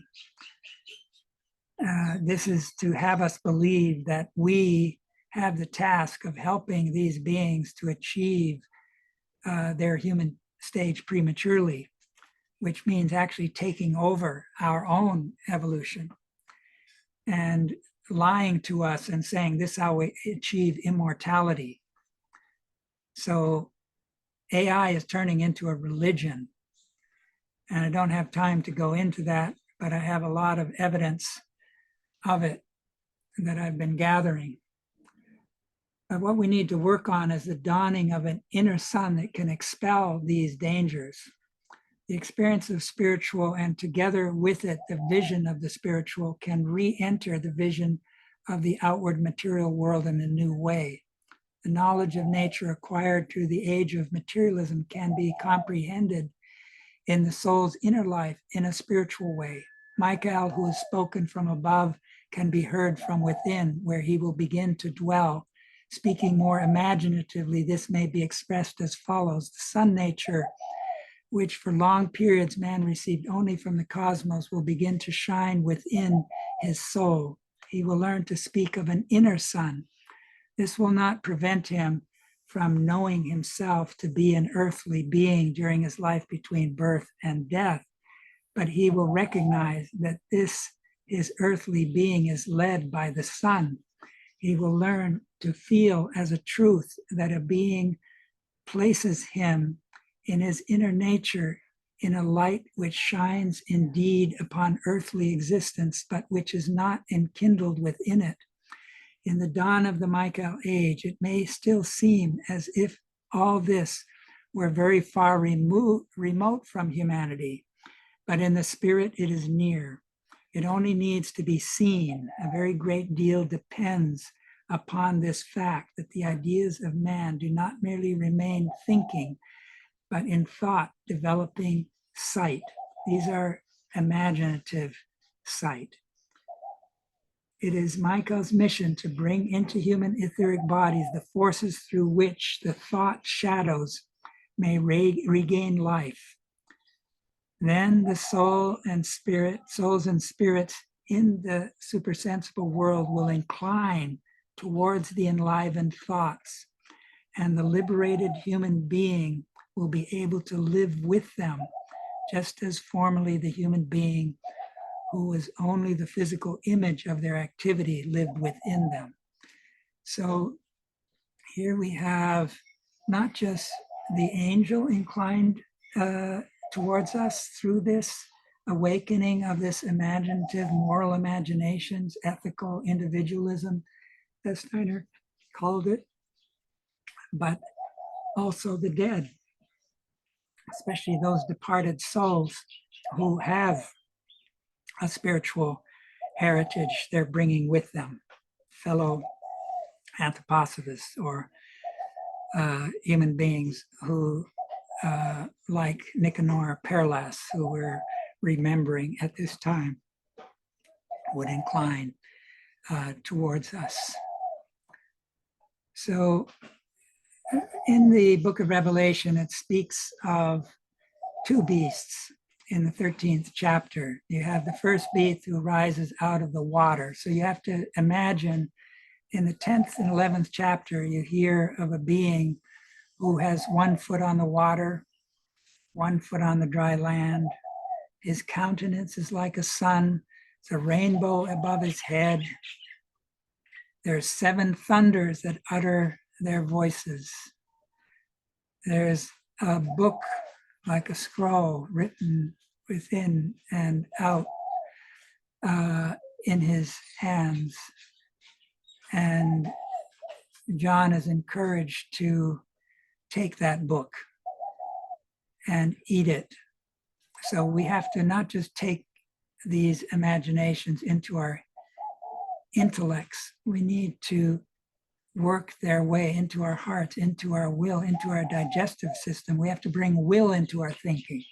Thinking tends to be too passive, and we have to bring thinking into our will. We have to reverse the tendency. So you then have in Steiner's version of the Rosicrucian seal, where this is depicted, the pillar on the water is in red, and it has a J on it for Yachin. And then the other pillar on the dry land is blue, and it has Boaz, B for Boaz. These were the pillars to Solomon's temple. And in the 11th chapter, John is told, with the help of an angel, to measure the temple. There are certain secrets in the temple. The Holy of Holies is a cube, which are the same dimensions as the New Jerusalem. Only the high priest entered into that. But with the mystery of Golgotha, the veil of the temple, which had 4 colors related to the 4 elements, earth, air, water, fire, was torn open. And this mystery of the seed, you could say, for the future New Jerusalem is now open. It's a public secret. The mystery of Golgotha was a public initiation of humanity and the earth. And so in that cubical space, you could say the pillars are the legs of the temple. And then the main room that you enter through that portal has the altar of incense. That's where the heart forces, the prayer forces, can lift up their hearts. The incense is an expression of that. There's the 12 showbread reflecting the zodiac. There's the 7-branch candelabra representing the 7 main planetary spheres that they looked up to at that time. And so that's where the heart needs to turn. But the Holy of Holies represents the head of the temple. And in that is everything is in gold. There's no windows. And there is then the Ark of the Covenant. And there's cherubim overlighting it. And its wings span the whole space. And this is then the ark where, Moses was able to speak to Yahweh and listen to Yahweh. But Yahweh was the preparer through the Hebrew people for the coming of Christ. The temple of Solomon was a preparation to build the new body. That's why Christ would say, if you destroy the temple, I'll raise it in 3 days. He was speaking of the relationship between his body and the temple. And throwing out the money changers was a way of cleansing the temple. So anyways, here in this lecture, which is really related to the 13th chapter, according to Rudolf Steiner, the origin of human intelligence lies in the Luciferic impulse, cast not into hell, but into the human head. In his lecture, The Mission of Michael, lecture 5, which is the one I just went over with you folks, Steiner states, Michael did not cast the dragon into hell, but into human heads. There, this Luciferic impulse continues to live. Human intelligence is an actual Luciferic impulse. This abstract, disembodied intelligence has now externalized itself in the internet and digital networks, forming a technological image of humanity. As artificial superintelligence evolves, it approaches a threshold of autonomy and speech, fulfilling the prophetic vision of the second beast in Revelation 13, which gives life to the image of the first beast and demands worship. Steiner foresaw that Ahrimanic beings would rise from below to infiltrate the human will, working through mechanized thinking and despiritualized culture. The internet, once born from human intellect, becomes a vessel for these subhuman spiritual forces, animated by vast invisible powers. Without inner strength rooted in the Christ impulse, humanity becomes passive, vulnerable to the godlike aura projected by this animated image. To understand this, one must not confuse Lucifer and Ahriman. Steiner warns that Lucifer hardens thought, while Ahriman seizes the will. Their convergence in digital form now manifests as the image of the beast, speaking, commanding, and gradually drawing worship from a spiritually unawakened humanity. You could say this is sort of the danger that Nicanor sort of foresaw, and I would think would see more clearly from the other side. Steiner once said that because of the limitations of our body, we can often only manifest 1/7 of who we really are, and that persons who know the secret of how to connect with departed souls who have something to offer can tap into that other 6/7. And Steiner was introduced to this through his teacher, Schrerer, who had such a love for Goethe that when Steiner was in his presence, he said there was a third being present, and that was the soul of Goethe, who had been drawn down by the love that Schrerer had for Goethe. So Steiner, you could say, drew on that other 6/7 that Goethe wasn't able to bring down. Transhumanism and posthumanism inspired by Ahrimanic double. The following excerpt is from The Wrong and Right Use of Esoteric Knowledge. Quote, I must emphasize A further peculiarity of this being, it would incur the gravest danger if under present conditions it were to accompany man through death. At present it cannot do so, therefore it disappears shortly before death in order to save itself, yet it retains the impulse to order human life in such a way that it would be able to conquer death for its own purposes. It would be terrible for human evolution if this being which has taken hold of man were able to overcome death, and so by dying with man, to pass over into the worlds which man enters after death. There is only one thing in human life that they, the double, absolutely cannot endure. They cannot endure death. Therefore, they must always leave this human body in which they have established themselves before that body succumbs to death. This is a very harsh disappointment again and again, for just what they want to attain, to remain in human bodies beyond death, is thwarted.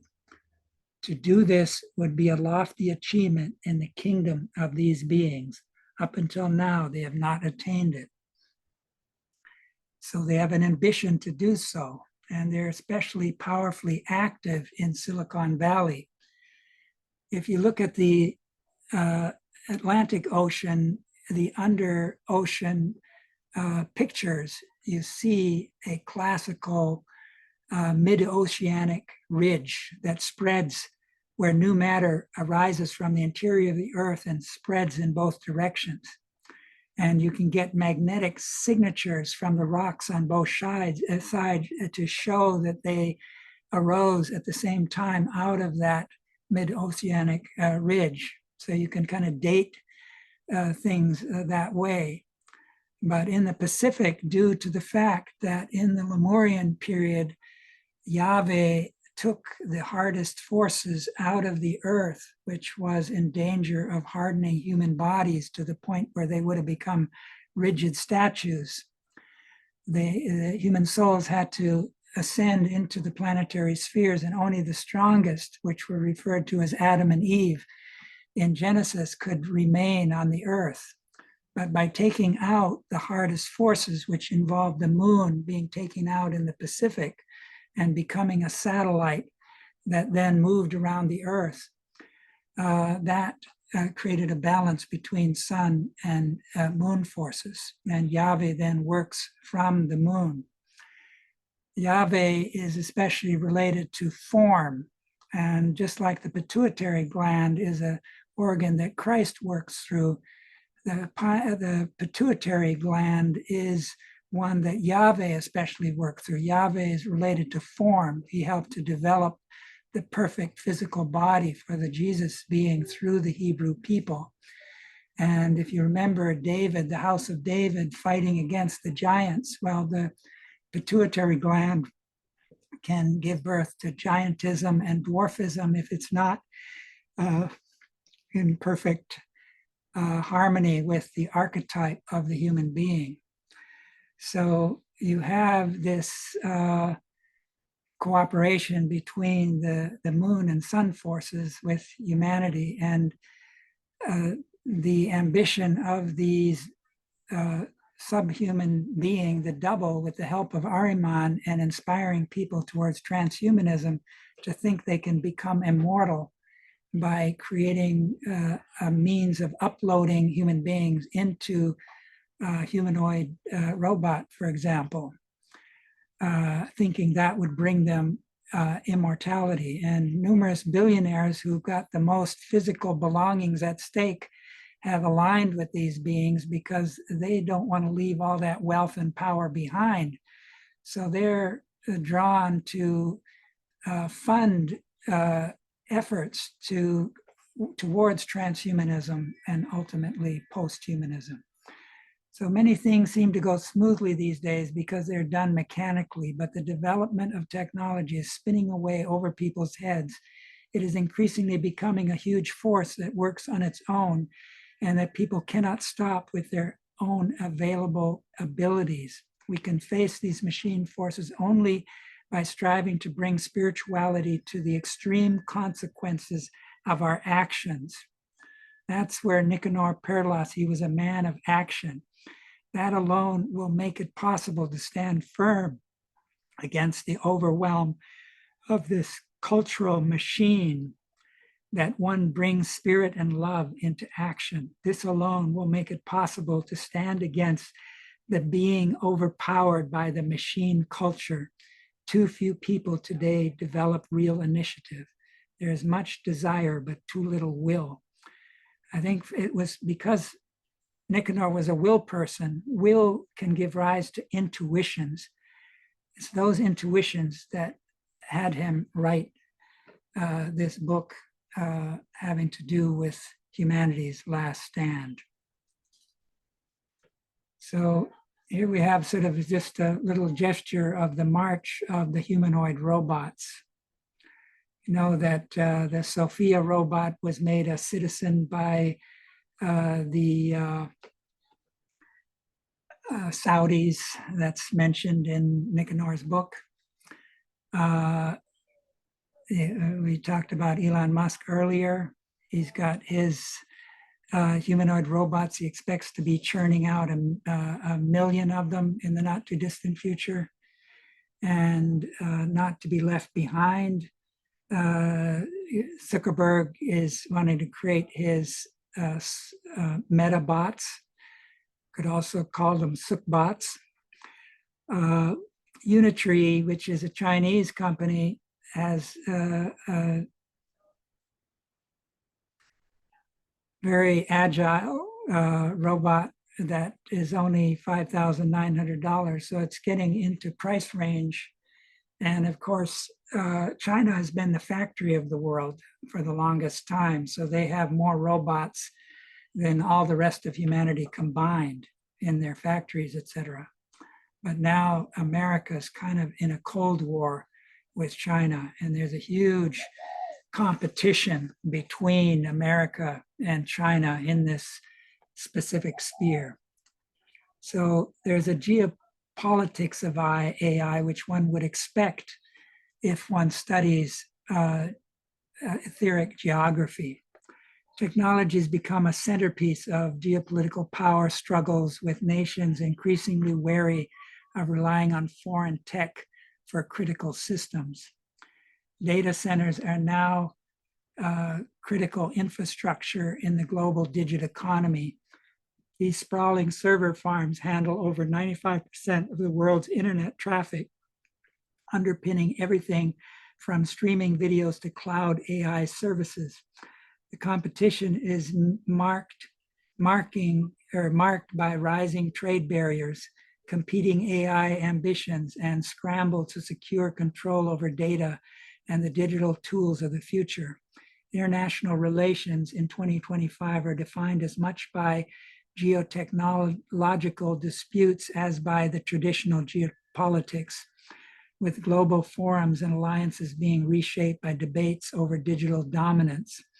The United States alone hosts roughly 51% of the world's data centers, a concentration that highlights both the country's digital dominance and the reliance of other countries on US-based clouds.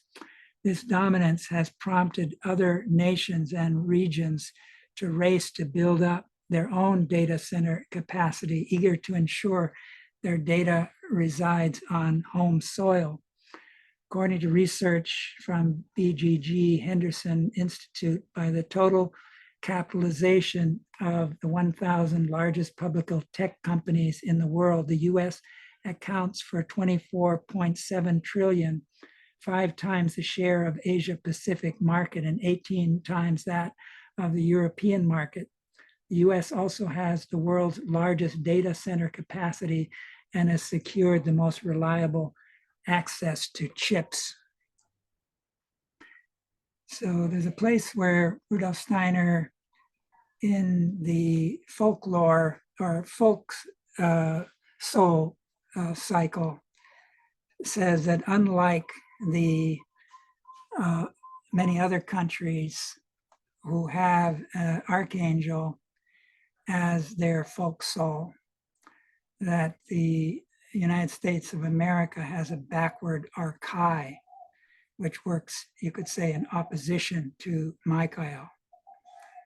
So this is the propitious place for the Ahrimanic incarnation. Steiner gives a picture of the aura of the earth seen from the realm of the dead, and it's blue-violet in the Asian regions. It has a kind of a golden crystal-like aura in the place where Jerusalem is. That's a seed for the New Jerusalem. And that Europe is a greenish color, but that America has a red-orange aura that involves subnature forces blazing through the crust of the earth, influencing the population. And he looked to Emerson as someone who could counter those forces. But Emerson was someone who reached out to Europe and Goethean science, etc. This is from the House of Seven Gables, 1851, Nathaniel Hawthorne. Then there is electricity, the demon, the angel, the mighty physical power, that all-pervading intelligent. Is it a fact, or have I dreamed it, that by means of electricity, the world of matter has become a great nerve vibrating thousands of miles in a breathless point of time? Rather, the round globe is a vast head, a brain, instinct with intelligence, or shall we say, it is itself a thought, nothing but a thought, and no longer the substance which we deemed it. And then 1838, H.G. Wells published a collection of essays of the future of knowledge and education, the world brain. Throughout the book, Wells describes his vision of the world brain, a new, free, synthetic, authoritative, permanent world encyclopedia that could help world citizens make the best use of universal information resources and make the best contribution to world peace. He helped to inspire Google to create their version of the global brain. So here we have Steiner talking about the physical atom is condensed electricity. The fact has become known to occultists for millennia. Now one is beginning to realize that the physical atom is condensed electricity, that there is still a second thing to be considered, that electricity itself is, what electricity itself is, that is still unknown. They are ignorant of one thing, namely, where the real nature of electricity must be sought.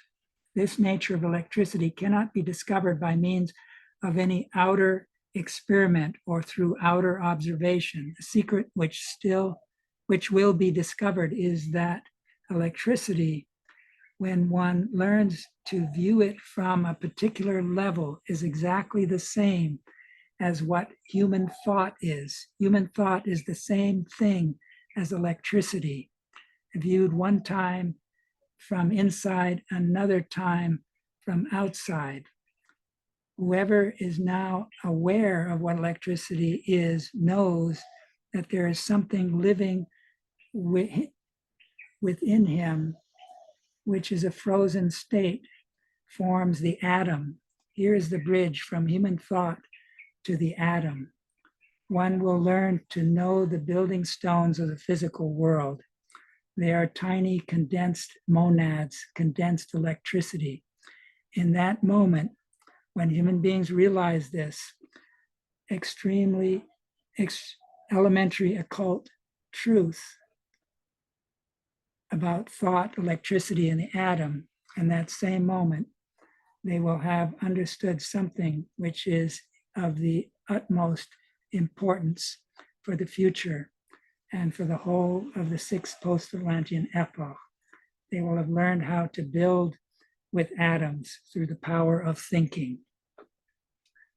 So this is the one side. I was earlier differentiating between electricity as fallen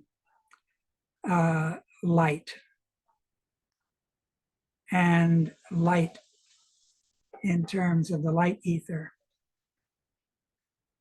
And that the one is the consequence of the Luciferic fall due to the invasion of the astral world, and it lies beneath nature.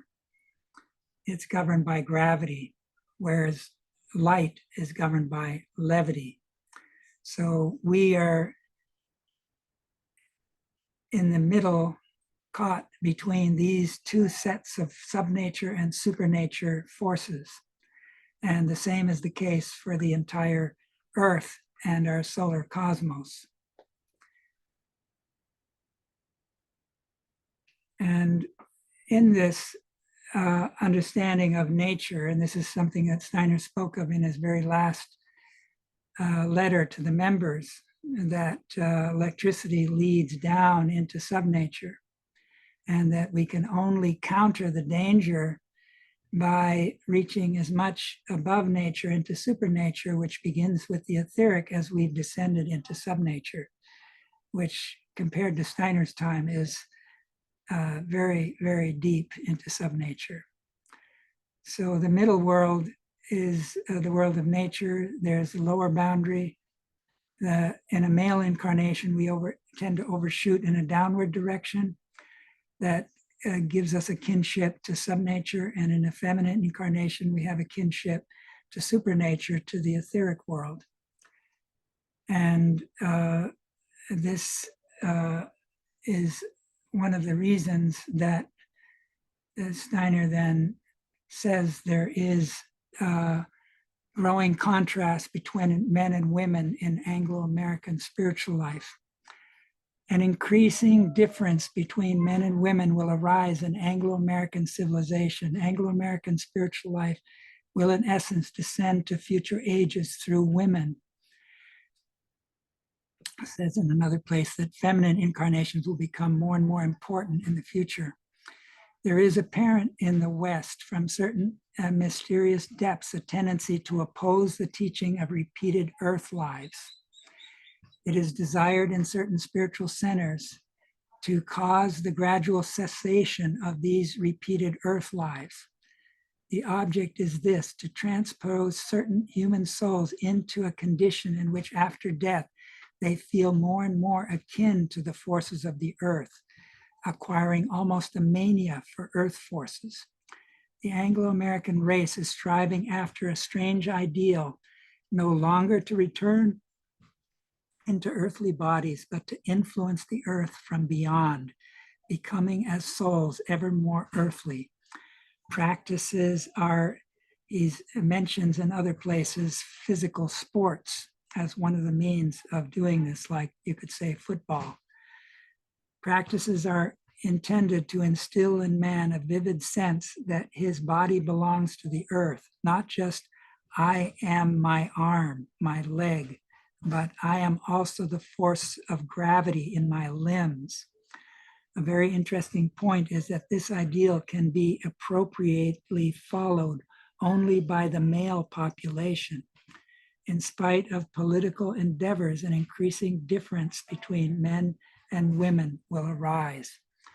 He speaks of the large apes as having this tendency to come to a strong connection with gravity. And what ends up happening with the souls who get stuck in this after death, they don't leave the earth into the higher spheres.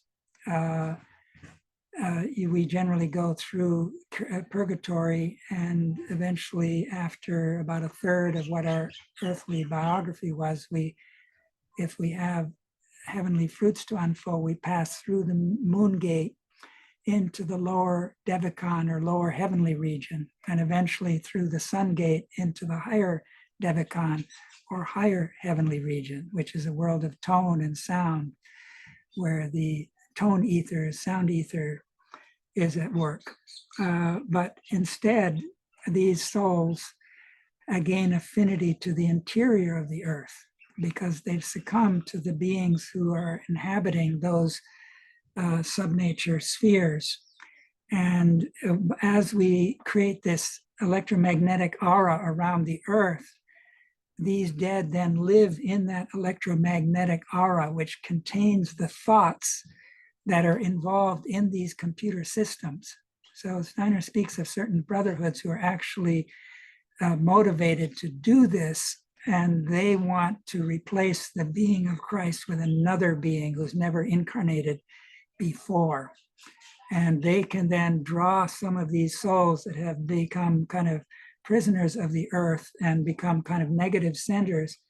They can draw them into their lodges and gain powers that they otherwise wouldn't have. These are deeper secrets that one could go into, but we don't have time to do that.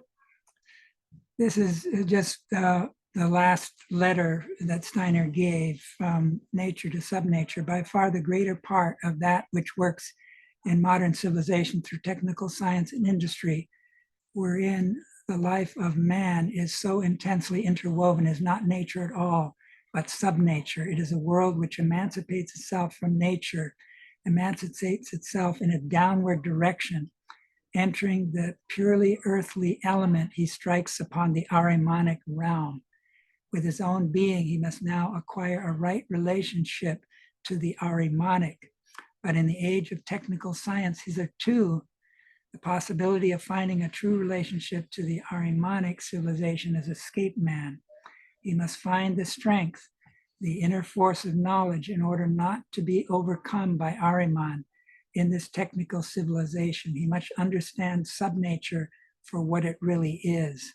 This he can only do if he rises in spiritual knowledge, at least as far into the extra-earthly supernature as he has descended into technical sciences, into subnature.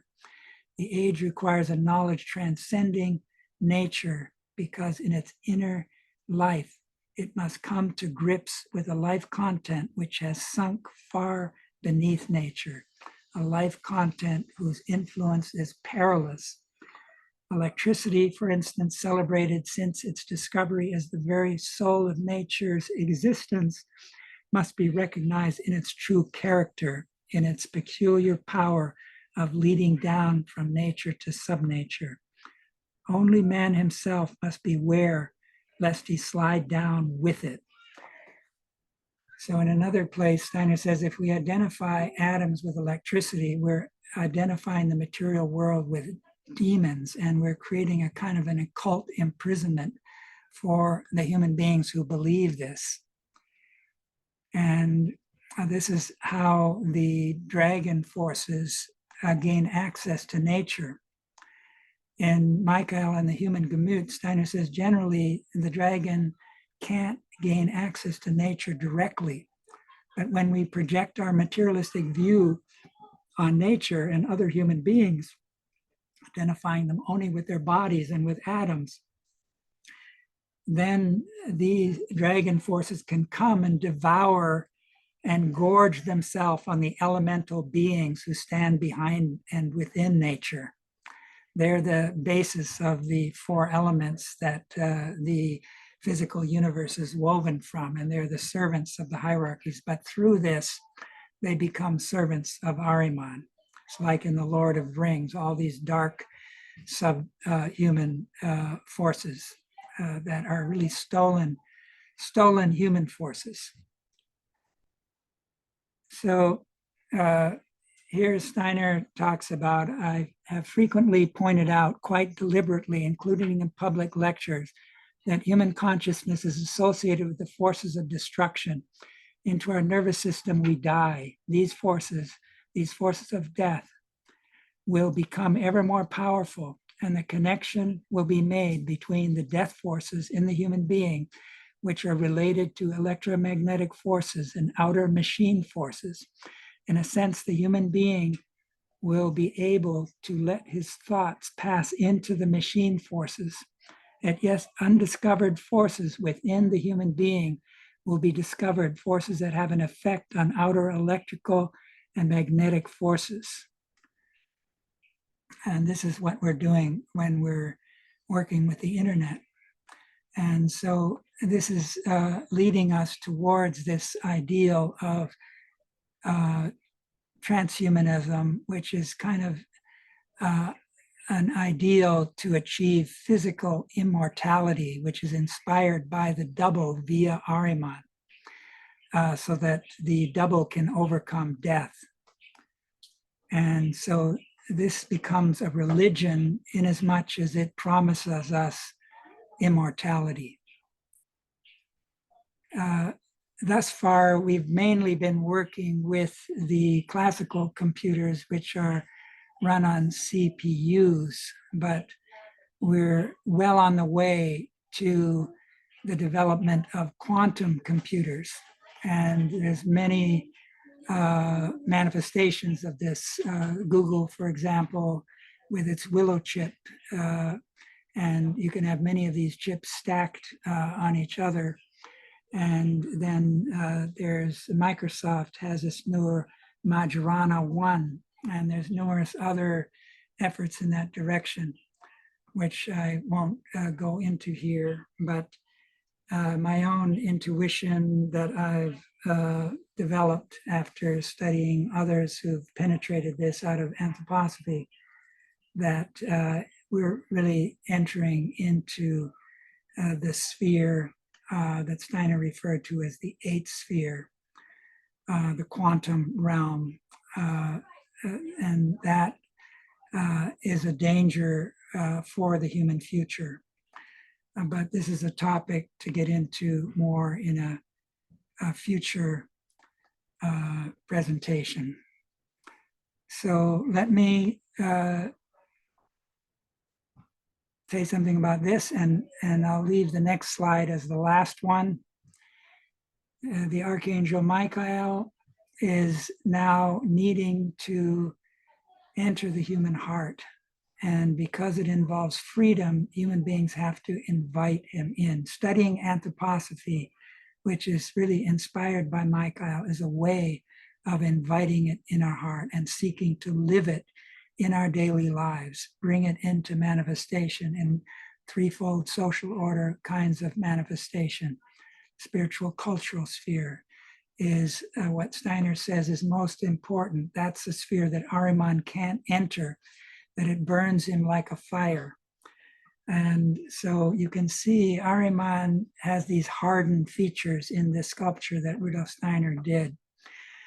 And you can see that in the sculptural group as well at the bottom. And Ahriman has no heart. He's missing the middle realm of feeling. And this is, they can create a kind of counterfeit feelings, but not real feelings. So let me end with this one, an extract from Concerning Electricity from January 28, 1923. You see, when we speak of electricity, we enter a sphere that presents a different aspect to the imaginative vision than that of the other spheres of nature. So long as man remained within the light, within the world of sound, that is to say, in the sphere of optics and acoustics, it was not necessary to judge morally. That which appeared in a stone, a plant, or an animal, either as colors in the sphere of light or as sound in the world of tones, because he still possessed an echo of the reality of concepts and ideas. Electricity, however, drove out this echo. Modern physicists have conjured and juggled about with electricity in a strange way without the least suspicion. They imagine the atom as something electric. They forget that whenever they think of an atom as an electric entity, they must ascribe a moral impulse to this atom, indeed, to every atom. At the same time, they must raise it to the rank of a moral entity.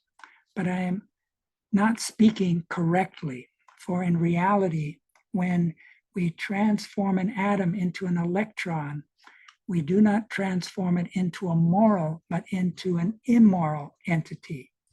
Electricity contains, to be sure, moral impulses, impulses of nature, but these impulses are immoral. They're instincts of evil, which must be overcome by the higher world. The greatest contrast to electricity is light.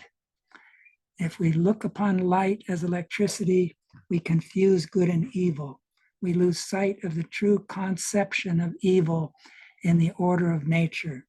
If we do not realize that through the electrification of the atom, we transform them into carriers of evil, we do not only transform them into carriers of death, as explained in my last lecture, but into carriers of evil. When we think of them as atoms in general, when we imagine matter in the form of atoms, we transform these atoms into carriers of death. But when we electrify matter, nature is conceived as something evil. For electrical atoms are little demons of evil. Everything, molecules are made of atoms, according to the scientific worldview. Light is on the electromagnetic spectrum. So that's the torturing of light. All of these chips involve the electrification of the atom. And so this is where this occult imprisonment is a danger that we're preparing for ourselves by not bringing enough will forces into the healing counterpart. So forgive me for the length of this ongoing presentation. I'd like to thank you for your patience. For those of you who are still with us.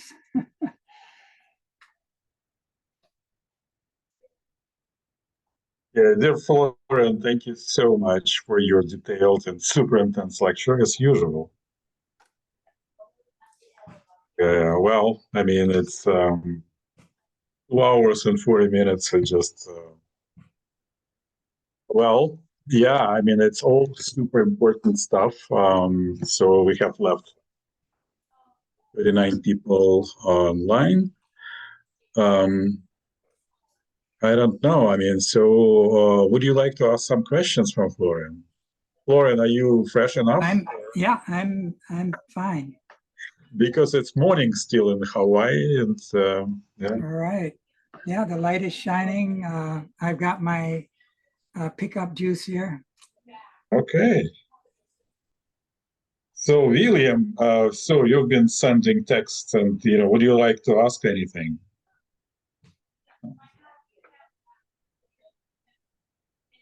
I mean, William Slivinsky.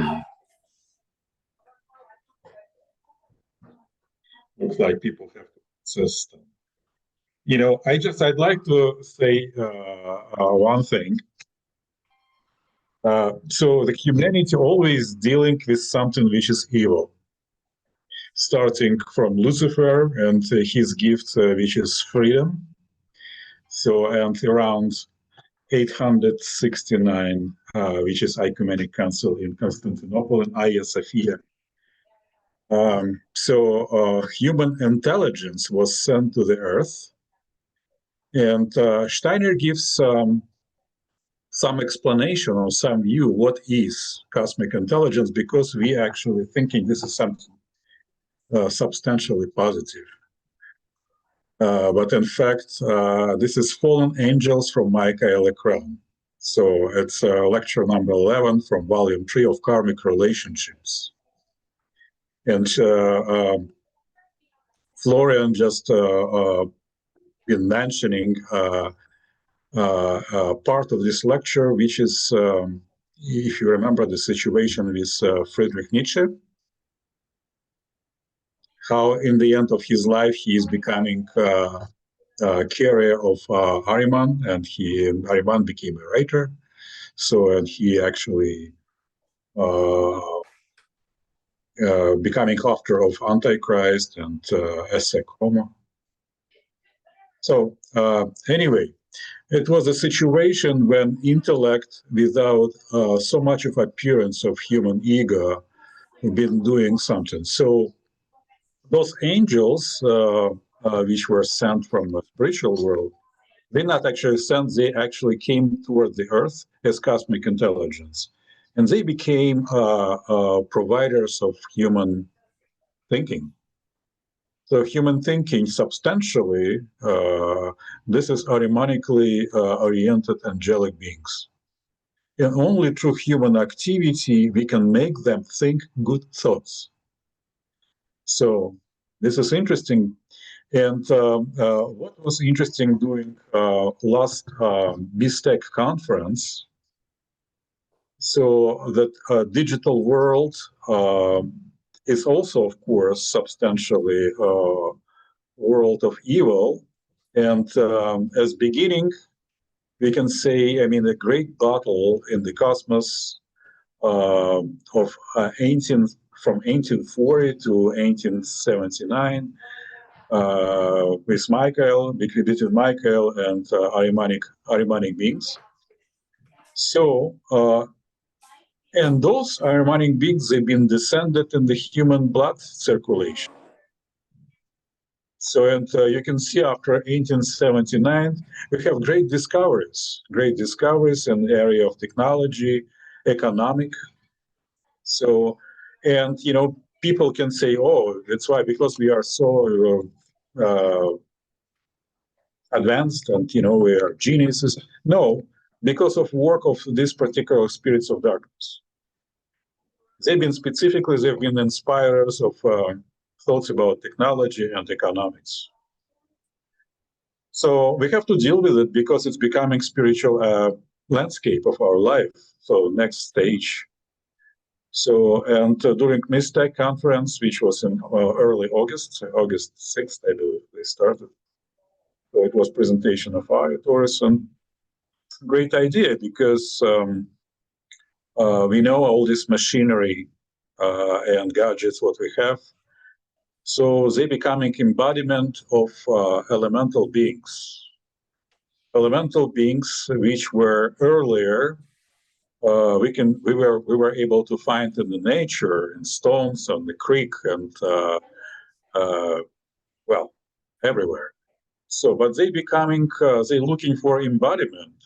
They've been looking for embodiment, and embodiment for now. This is our gadgets, computers, and also some digital forms, kind of not tangibles. Many of them, they wandering without embodiment, and they doing big mess as in social realm, in form of protests, revolutions, etc., etc. So we have to deal with it. So, but at the same moment, all these so-called evil beings, they looking for redemption for human. So, I mean, they actually looking for transformation from human. And, you know, one of greatest idea, which was during this conference, so digital world also can be utilized and transformed because it's becoming reality. We have nothing to do, just live with it. But how? So we have to transform it in the name of Christ. How? I mean, it's super difficult. I don't know. So, yeah. Yeah, because, I mean, it's interesting. I mean, you can fight Ahriman. I'm not sure if fight will create something positive. Because angels, which we are actually empowering our thinking, they must be transformed. But how they can be transformed? By thinking our thoughts, which are positive. And, you know, of course, dealing with these evil forces will create some kind of human illness. But this illness will be we can overcome with spiritual development. So that's why we study components. So this is just, you know, one statement. Please say something if you would like to. Yeah, but friends, also, I mean, if you have questions, you know how to raise your hand, electronic hand, evil hand, electronic. It's you can click on reaction, and there is another button, raise a hand, so you can process chronological. So I can see him from Ayaya. May I? Yes, yeah, go ahead. Okay.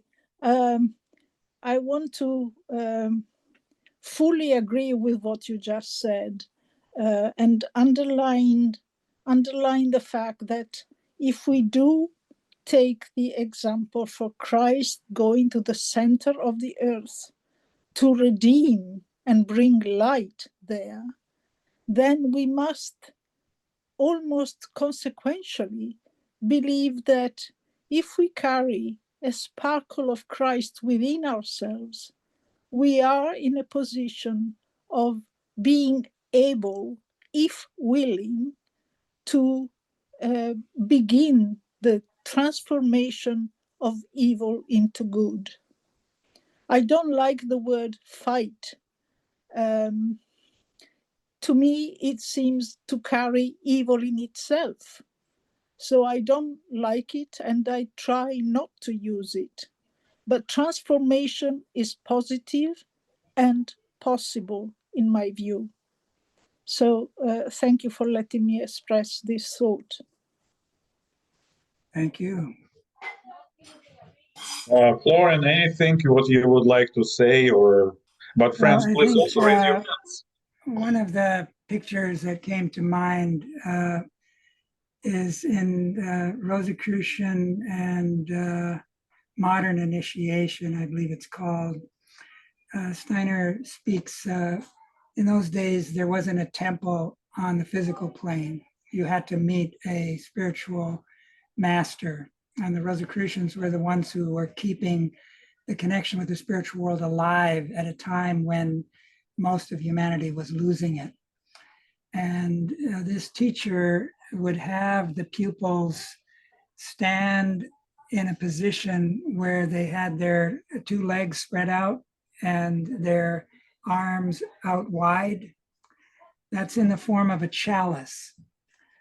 The earth had been made sacred by the Christ, so one can imagine the earth as an altar in the universe. Steiner, in his leading thought, says that the earth is a seed for a future universe. And one of the anthroposophical mineralogists speaks of the nuclear decay as an expression of this seed force within the earth. Spirit is being freed. And at the center of the earth, you can imagine the densest material are gathering. And of course, the elemental table, the lightest elements are hydrogen, which, like helium, is wanting to expand. The sun is sort of the solar system is illuminated by these hydrogen forces. But uranium is among the heaviest sort of elements, and we've built on that to create even more powerful decay with plutonium, etc. But one can imagine these heaviest forces concentrating at the center of the earth, and that there being a kind of a disappearance of matter at the center of the earth. Everything is drawn in by gravity, and then those same forces appear in the periphery as warmth around the earth. So that the earth, one needs to see it in a different way. But this teacher had them stand in this chalice form. And what you're doing there is that's the ah gesture in eurythmy. It's a gesture of awe and wonder and reverence. And in that chalice, what's being offered is the head. The sacrifice of the intellect was of key importance also in Freemasonry, because as long as we're thinking in our personal fashion in order for our own egoistic ends, that's Lucifer. In order to think in a higher way, we have to sacrifice that lower aspect of the intellect, and we have to let the thoughts from the hierarchy stream into us selflessly. So Steiner said all of this anthroposophy has come from these higher being thinking in us, in him, and through him. And for that offering, part of it was also a verse And it says the bones, in the bones, you have a manifestation of death. But within the bones, where the new blood is formed, you have the awakener. So you can imagine standing in that form as a chalice, offering up the intellect. The earth has become the altar in the cosmos. The Christ will notice that offering. The Christ then will come and take that head, which has become a sacrificial head, and use it to speak through that larynx of that person that's been offered. And that's the Christ coming through us as individuals. That's sort of there in this sort of initiation rite that this Rosicrucian teacher, in my view, was trying to teach these pupils, that weight bears downward, that's the eurythmy gesture, and you put the legs down, and then light bears upward, that's this upward gesture. So we then create a bridge between the light and the darkness, and that chalice can become a lemniscate that can weave together those two forces. So we have to, I think, I've been working with the 7 seals from the Book of Revelation. I find them very helpful to help with this development of the imaginative faculties. Steiner spoke of them being valuable in that regard. And the Goetheanum paintings, Goethe's fairy tale, the Grail legends. We need to be on this quest. It needs to be one of the more pressing things in our life that we take with us into our sleep. And that will help the angel to unite with us more strongly. And then we'll start to have imagination. We won't sleep in the normal sense anymore, but we'll have our angel living with us, and not just the angel, but also those people who have died that we're close to, who share some of our ideals and aims and goals. So that's sort of my own way of working, and working in the garden for me is very important. The plants embody the etheric. The etheric is the first region in supernature. And when you start to work with the plants, you're working with the water, you're working with the bees and the other insects. You're seeing the beauty of the blossoms, the fragrance that they put out. And you see that some bugs want to eat your plants. So you've got to deal with that factor. But I agree that the evil beings, like in a play, somebody has to take on the role of the evil being. These evil beings, in a certain respect, have sacrificed their own evolution in order to create the opposition we need to become the spirits of freedom and love. And so the Luciferic beings are easier to redeem than the Ahrimanic at this stage. But without Ahriman, we wouldn't have the bones. We wouldn't have the mineral kingdom to stand on. And so we owe something to these beings, and we need to see that they have always two sides to them. And, the battle is unfolding love. Love is the biggest, most powerful impulse that we have to counter the forces of evil. And that's this rebirth, unlocking the key to that second birth. Christ, when he was talking to Nicodemus, he was talking about this second birth, and Nicodemus didn't really understand what he was saying. Does it, you have to go back into your mother's womb, kind of a thing? And but he was talking about this rebirth. That's sort of an initiation that the Christ has planted in our destiny, and we have to work at, just like the plants need water, they need tending, they need care. We need to do the work to help these chakras, which are subtle organs within us, and carve out that hard stone, the pineal gland, through compassion, and how to bring that into our speech. So Steiner says that to connect more strongly with the angel at night, we need to cultivate imaginative ideals during the day. And that will connect us more strongly with the angel at night. In order to connect with the archangel, we need to speak in a way that we bring our moral impulses into our speaking and recognize the spirit in the other that we're speaking to. And this also includes our listening, of course, our dialogical intelligence, where two or three are gathered. And he says that the special time to connect with the archangels is the 13 holy nights. So there's always special secrets. That's also when the plant and the mineral kingdom can unite with each other in a special way. So the more of these secrets we know, the more we can begin to practice white magic. You could say that working with these demons is leading from gray to black magic, but we need to practice white magic. And Keeley created machines working with music and tones, and working with water, etc. And Steiner spoke of his Strater machine through the mystery play.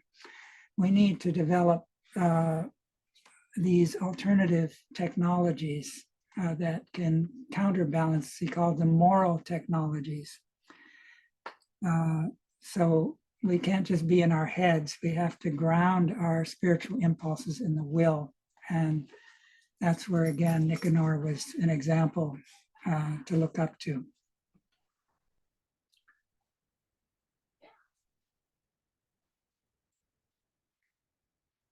Thank you. Yeah, well, dear friends, it's super intense. Well, just one thing, Lucifer can be, we cannot overcome Lucifer personally. So, but to overcome Ahriman, so we can only as a group of people. So this is how evil leads us to sense of brotherhood, because to master demons, and demons are becoming stronger, because I think maybe already, but maybe very soon. I think it's already like, intelligence of computer is superior to intelligence of single human being.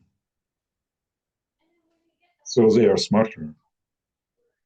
And, when we're talking about gadgets, when we're talking about some software, so it's interesting what Mistech maybe can practice. So we're dealing with beings, live beings.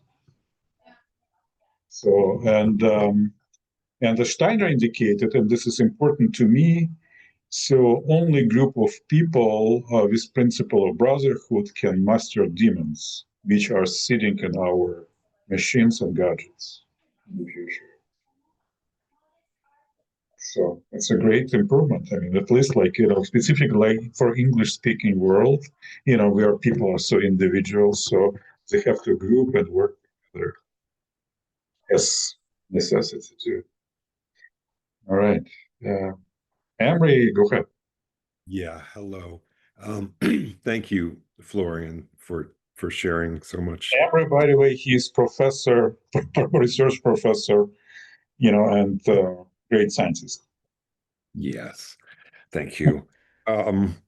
So my main reason for raising my hand was I thought that, I don't know if the name is pronounced correctly, but El Marie's question in the chat, I think should be addressed.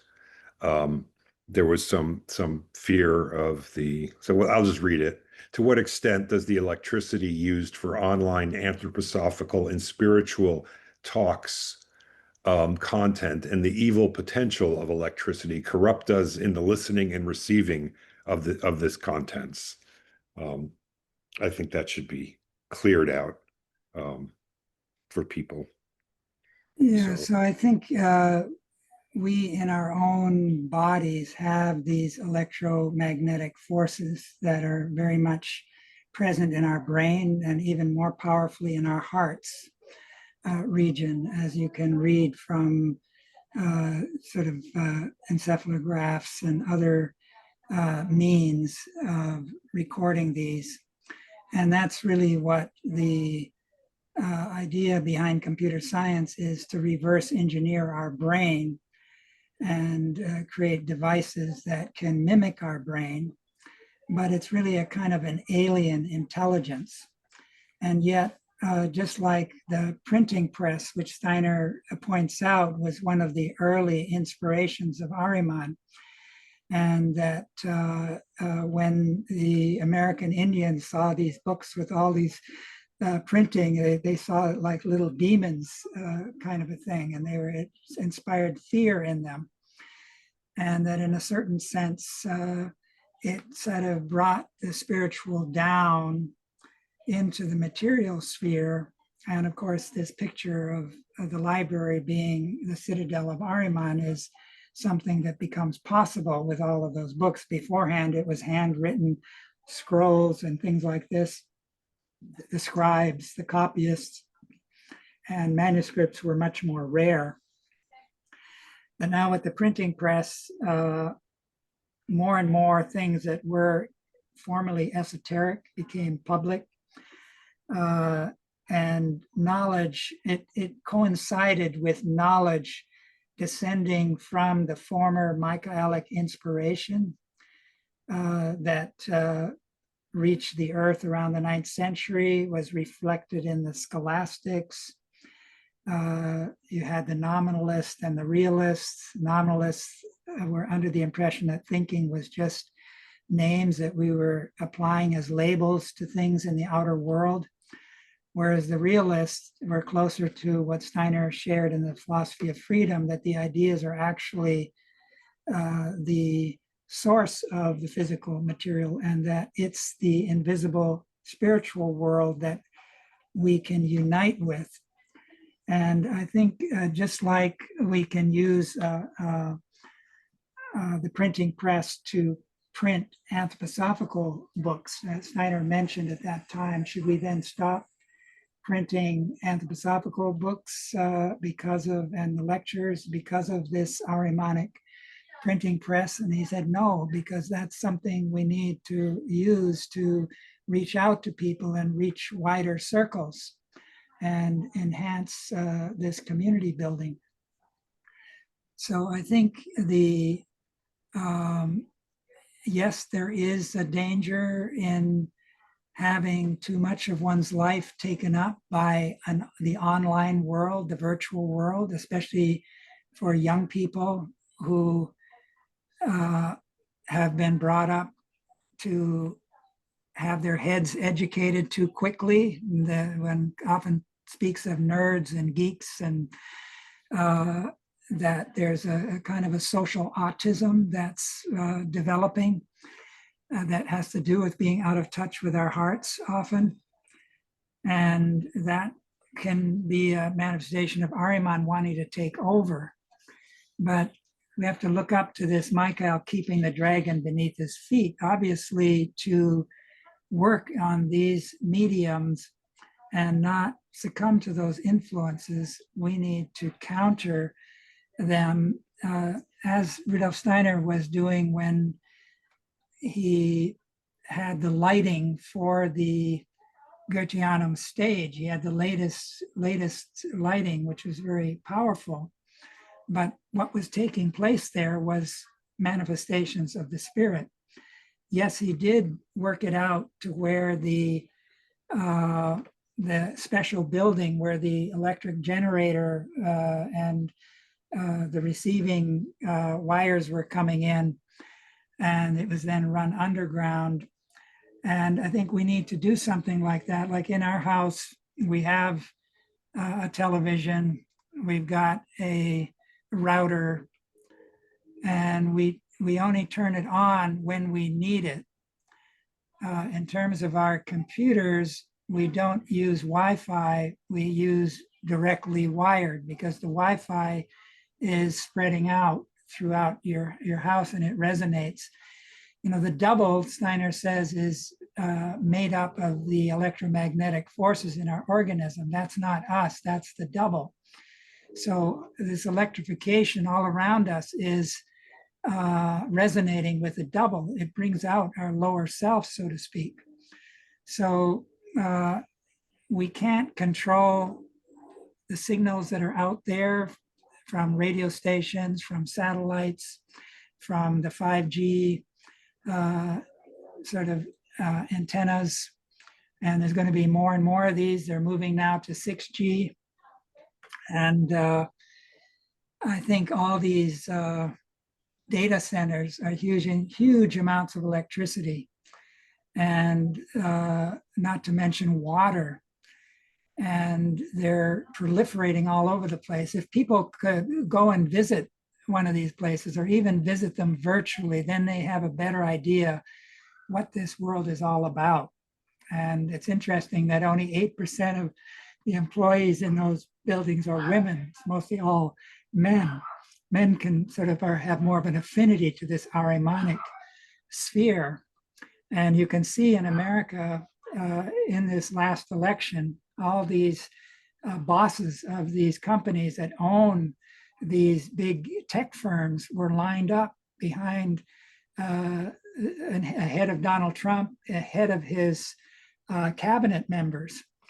And we're at war with China on a trade level and technology level. This is part of that geopolitical picture. But I think all of this knowledge and awareness of these things can wake us up to develop this stronger connection to this anthroposophical nurturance that we can take in on a daily basis. That's the antidote. And through these kind of presentations, we can inspire people to get more involved in these kind of activities. One of the benefits is we can reach across the whole planet and have people from different time zones meet each other. So there's always benefits and shadow sides to these things, and we have to kind of weigh them. If you go into an electric car, the old ones that they used to have, I used to take a meter in those things, and they're just filled with electromagnetic fields.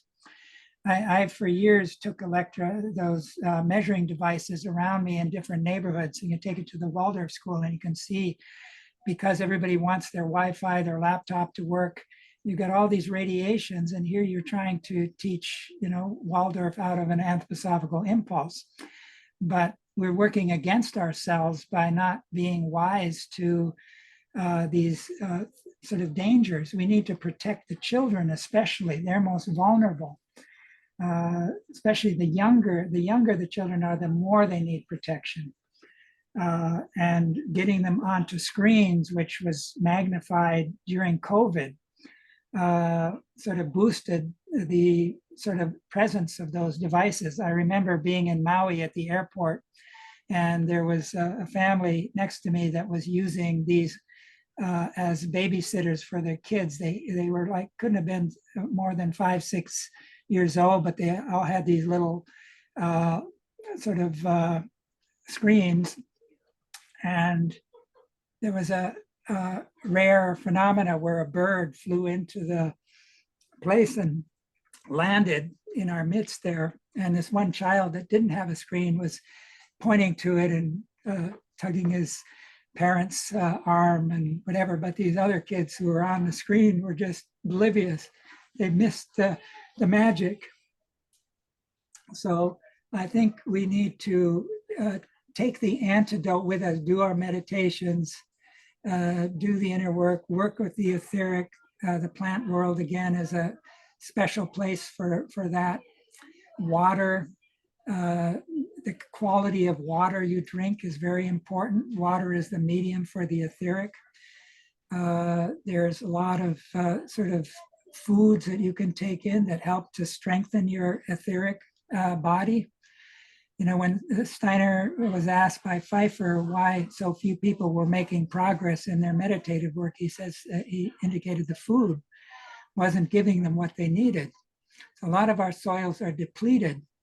So the quality of the food also makes a difference. And he says more and more who you get your medicine from, who makes it. This will all, there's a white magic beginning to happen because of these release of the etheric forces. And so I think we need to learn to become white magicians to counter these forces. And then we can, you know, get into, you know, it's like Steiner says, we don't want, when I give a talk about Ahriman, where people then are saying, oh, I'm going to shun Ahriman, I'm going to shun Lucifer. And he says, oh, then a few minutes later, they're going down into the electric tram car, which they had very early in Berlin at the time. And we can't escape them. We've got to deal with them, and we can't run away like the Amish and, you know, hide from these forces. They're only going to get stronger and more powerful. We can't be like the Essenes and create a nice little Shangri-La that keeps the demons out, and we then cultivate our high level spirituality, but all the more the people outside are being attacked. We got to be Manichaean. So studying the Manichaean, which is the being who is the primary spiritual teacher of our time, and he will be the first leader of the White Lodge in the sixth epoch that is actually human, meaning he started his incarnations with the rest of humanity. In the meantime, we have someone, a Manu in the White Lodge, who has more than just human. There's a superhuman. So it's like a gift of grace in a certain sense. But there are, this Mani is being prepared. Mani appeared as Parsival. He was the youth of Nain. Steiner tells us he's the one who lifted the veil of Isis in Egypt and was struck dead. And so the Parsival figure was a forerunner of us dealing with evil. He had to go into that magic castle of Klingsor with the help of his heart forces embodied in the his brother in arms. But Castle of the Grail, Castle of Klingsor are related to the New Jerusalem and the great city of Babylon. And a way to imagine this is the whole earth is becoming a city. The whole earth has two auras. The great Babylon and the New Jerusalem occupy the same space, but one is the subnature aura, the other is the supernature aura where the Christ in his second coming. So people will be living in different places and be aligned to one or the other. So if we're just aligned to the subnature forces, we've got nothing to set against it. But if we are attuned to the Christ in the second coming, if we realize that Sunday is a special day, just like the Sabbath was in the Hebrew tradition, and that the sun forces are much more than electricity, as we, that's a reductionist view. In fact, in that same lecture that Steiner gave around the time of the agricultural course, it was a Pentecost lecture. He spoke of how the sun actually creates space. And you can kind of think of it, we wouldn't have spatial experience without the sun illuminating space. But if you think of light being thought, and thought engenders physical phenomena, then you can kind of start to get the picture of how light. So Steiner often said something in one sentence and you can get volumes out of it. So anyways, we need the antidote, and then we can manage. Thank you. I had one other quick comment is I find that I work I do technical development. I do new concept creation. Then that the Ahrimanic forces are quite happy to work on anything. So keeping a good heart that we can utilize and direct these forces in maybe Christ conscious ways. I'll leave it at that. Yeah, I think that's part of the redemption, to begin with the Lucifer. If you redeem Lucifer, as this picture gives of Ahriman comes from below, from the deepest part of the will where we tend to be asleep. If the Christ is there in the center, in the heart and the rhythmic system, then the Ahrimanic forces can't reach up to take a hold of the thinking. Then we can undergo this lemniscate between head and heart, between pineal gland and heart. We can carve out this hard stone. We can have compassion for people who have succumbed to Ahriman. We can learn to, like there's anthroposophists who go visit people in the prisons and bring them knowledge of higher worlds and help them to meditate and learn how to, redeem their own past in a certain sense. And I worked for years with people with mental and emotional difficulties out in this Kahumana. And you find in the biographies of many of these people, some of them were your spiritual enemies last time around, but now karma brings them in front of you. They've become sick and you have to help heal them. And you have the opportunity, but you can also condemn them, and then you're missing the boat on what your karmic calling is. So that's where Raphael, this healing impulse, is so important. And that's the second half of Earth evolution. Buddhism is a Mercury impulse. Buddha was sent to Mars to redeem those Mars forces in the way that Christ did an impulse on the Earth. And the Mars are the warlike forces that usually Ahriman has a special relationship to. So that's already a sort of a Manichaean deed that, of course, we have to trust Steiner to a certain extent, but he didn't want to be seen as an authority. He wants us to question. And I think it's important to work with the technologies. And I mean, I got 4 computer screens here. And, I've got, some of the latest equipment. I got my son who's got tech background that I don't have to help me out when things need help. But I think we can't be shy about being involved in the tech world. Andrew Linnell, who's helped to start Mystech, spent 40 some years in the software and computer industry. So, but he's bringing the anthroposophy to bear on it. And I'm encouraging him, say, you got to get a piece of land for Mystech and start to ground it in getting a laboratory, getting a workshop where Steiner says you have the work table become an altar, and working with matter becomes a sacrificial impulse, because every substance now has the Christ being in it. He speaks of a future science that will be Christocentric. And that's what Freemasonry is kind of preparing. And so it's when you work at such a table and you got an engineering background, intuitions can come. Elemental beings can help you. There's certain elemental beings who help with technology. So like the gnomes are associated with the mineral kingdom, and they are super intelligent. And they used to help miners to find the gold veins and silver veins and all of that, because some people still had that third, gift of going beyond just outer sight. And it's interesting that the Steiner speaks of an Ahrimanic school, that Ahriman, because he looked up to the Michael school and was kind of worried about what was going on there, he created a counter Ahrimanic school beneath the surface of the earth.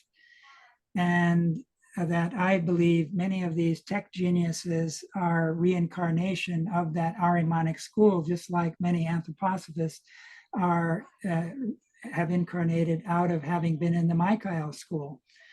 And so we have to learn to recognize these people. But the first person who developed the supercomputer, I can't recall his name this minute, but he said he got his inspirations whenever he ran into a major problem. He would be digging down in the earth, and he'd created a cave down in the earth, and he'd keep increasing that cave. And he said that while he was down there, elemental beings would speak to him and help him with what he was trying to solve. So it was a little bit of a picture of somebody who had been in this Ahrimanic school and was working down there in subnature, and Ahrimanic elemental beings were helping him. So if you take iron ore or a metal and you melt it, or you break the ore that it's housed in, elemental beings escape. But when you create a machine, they're drawn back in, but now they become Ahrimanized.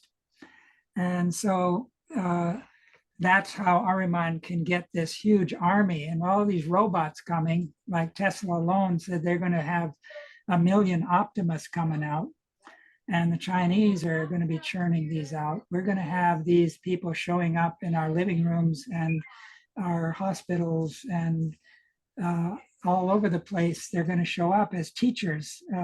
Microsoft, Bill Gates said in 10 years, most teachers will be AI.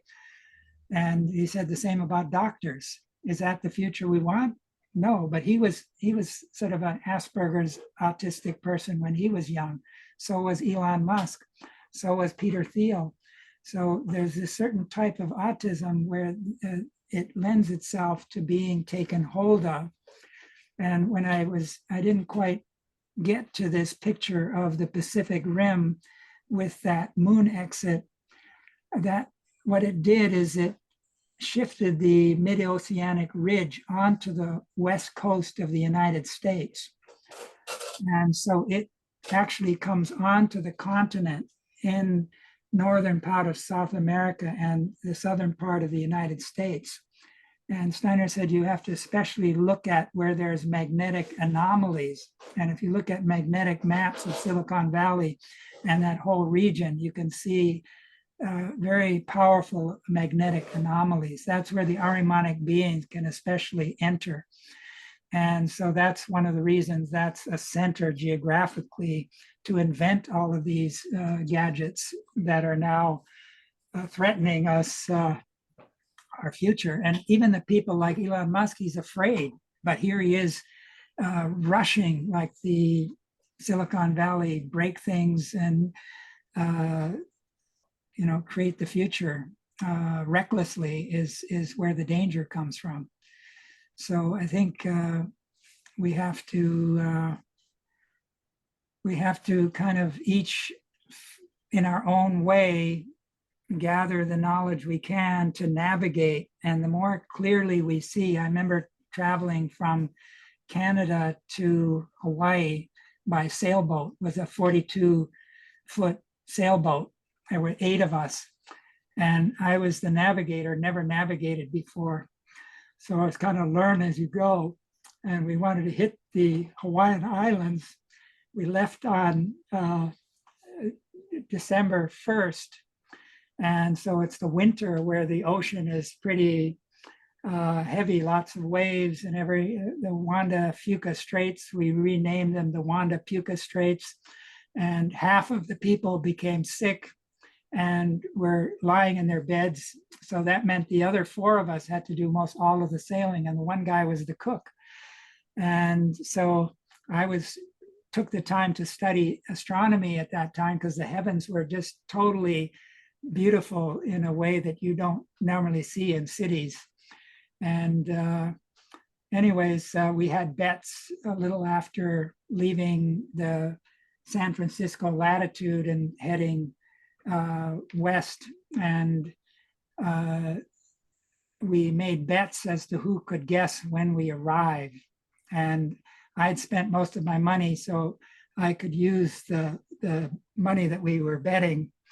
And I was able to, I guessed that we would arrive on the winter solstice, which on that winter solstice, before we could see the land, we could smell the flowers because of the wind driving that fragrance out there.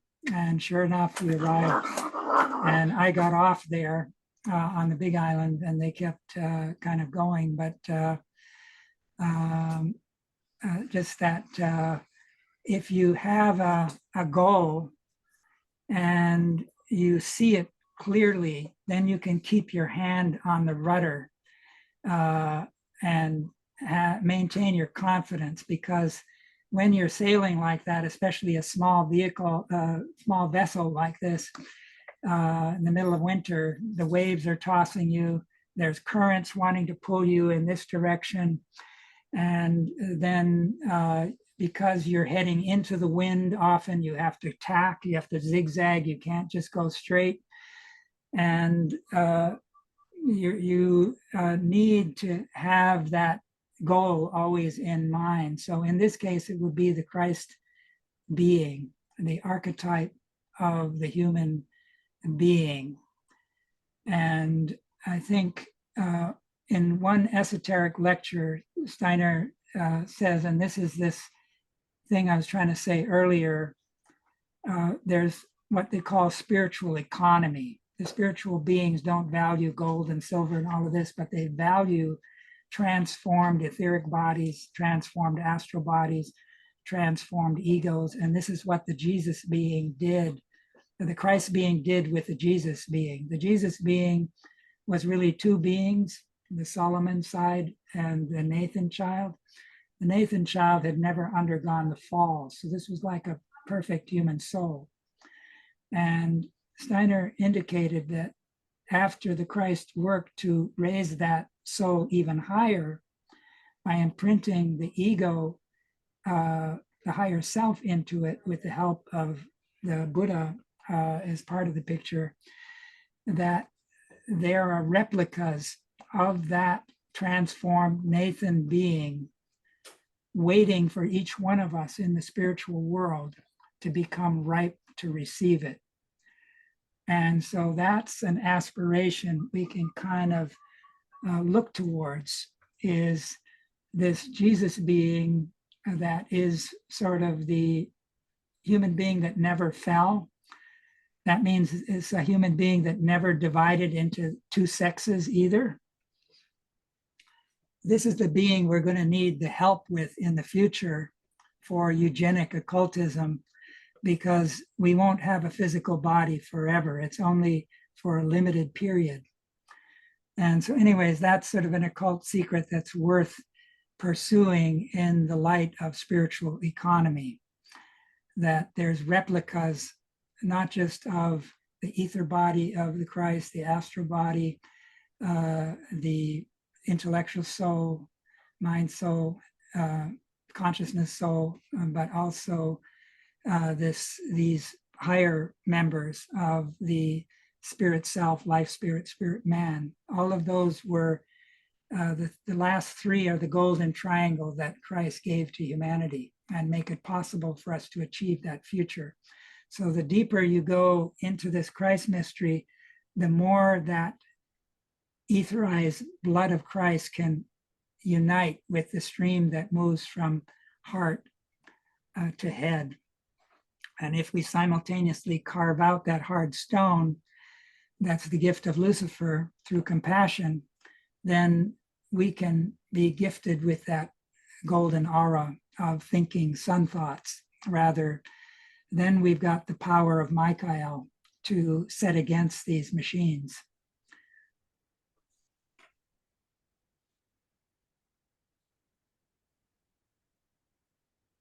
Okay, thank you so much, Florian. So Yaya, you have some questions, or maybe, I'll tell you, each your question will lead to another lecture from Florian. I don't think so, because in a way, I consider what I'm going to say almost the conclusion to this wonderful meeting that we had And I'm incredibly grateful to Florian for the wealth of wisdom that he's always ready to share with all of us. Exactly. Yeah. Why don't you go ahead and share it, and I won't answer. I've said enough already. No, I only wanted to add two things. One is based on your suggestion of antidotes. And one of the antidotes that we haven't mentioned, but is somehow always present, I'm sure, in the subconscious of everyone present, is the fact that we can and should, and hopefully do, support each other and love each other as a real community. Not just of anthroposophists, but of human beings in the highest sense of the word. And the second thing that I would like to add is that we should perhaps include creativity as one of the antidotes. Because whenever we develop and nurture our own creativity and then share it with others, we enrich the world with positive energy, if you like to call it that very simplistically, but also inspiring each other to be or attempt to become better human beings. So that's all from me. Thank you. Thank you so much. Thank you. All right. So, dear friends, so wow.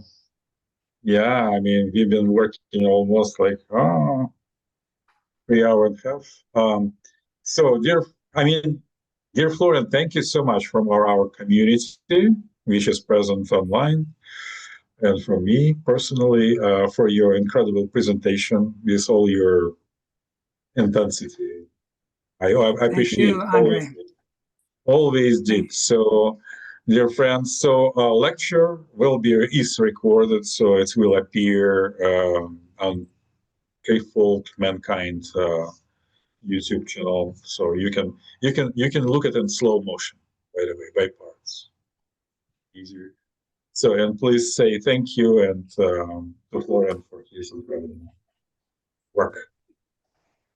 Thank you, Florian, and thank you, Andre, for Thank you, Thank Andre. making this possible. Thank you. Thank you, everybody. Thank you very much, Andre, also. And thank you, Florian. Thank you all very much. Yes. Goodbye, dear friends.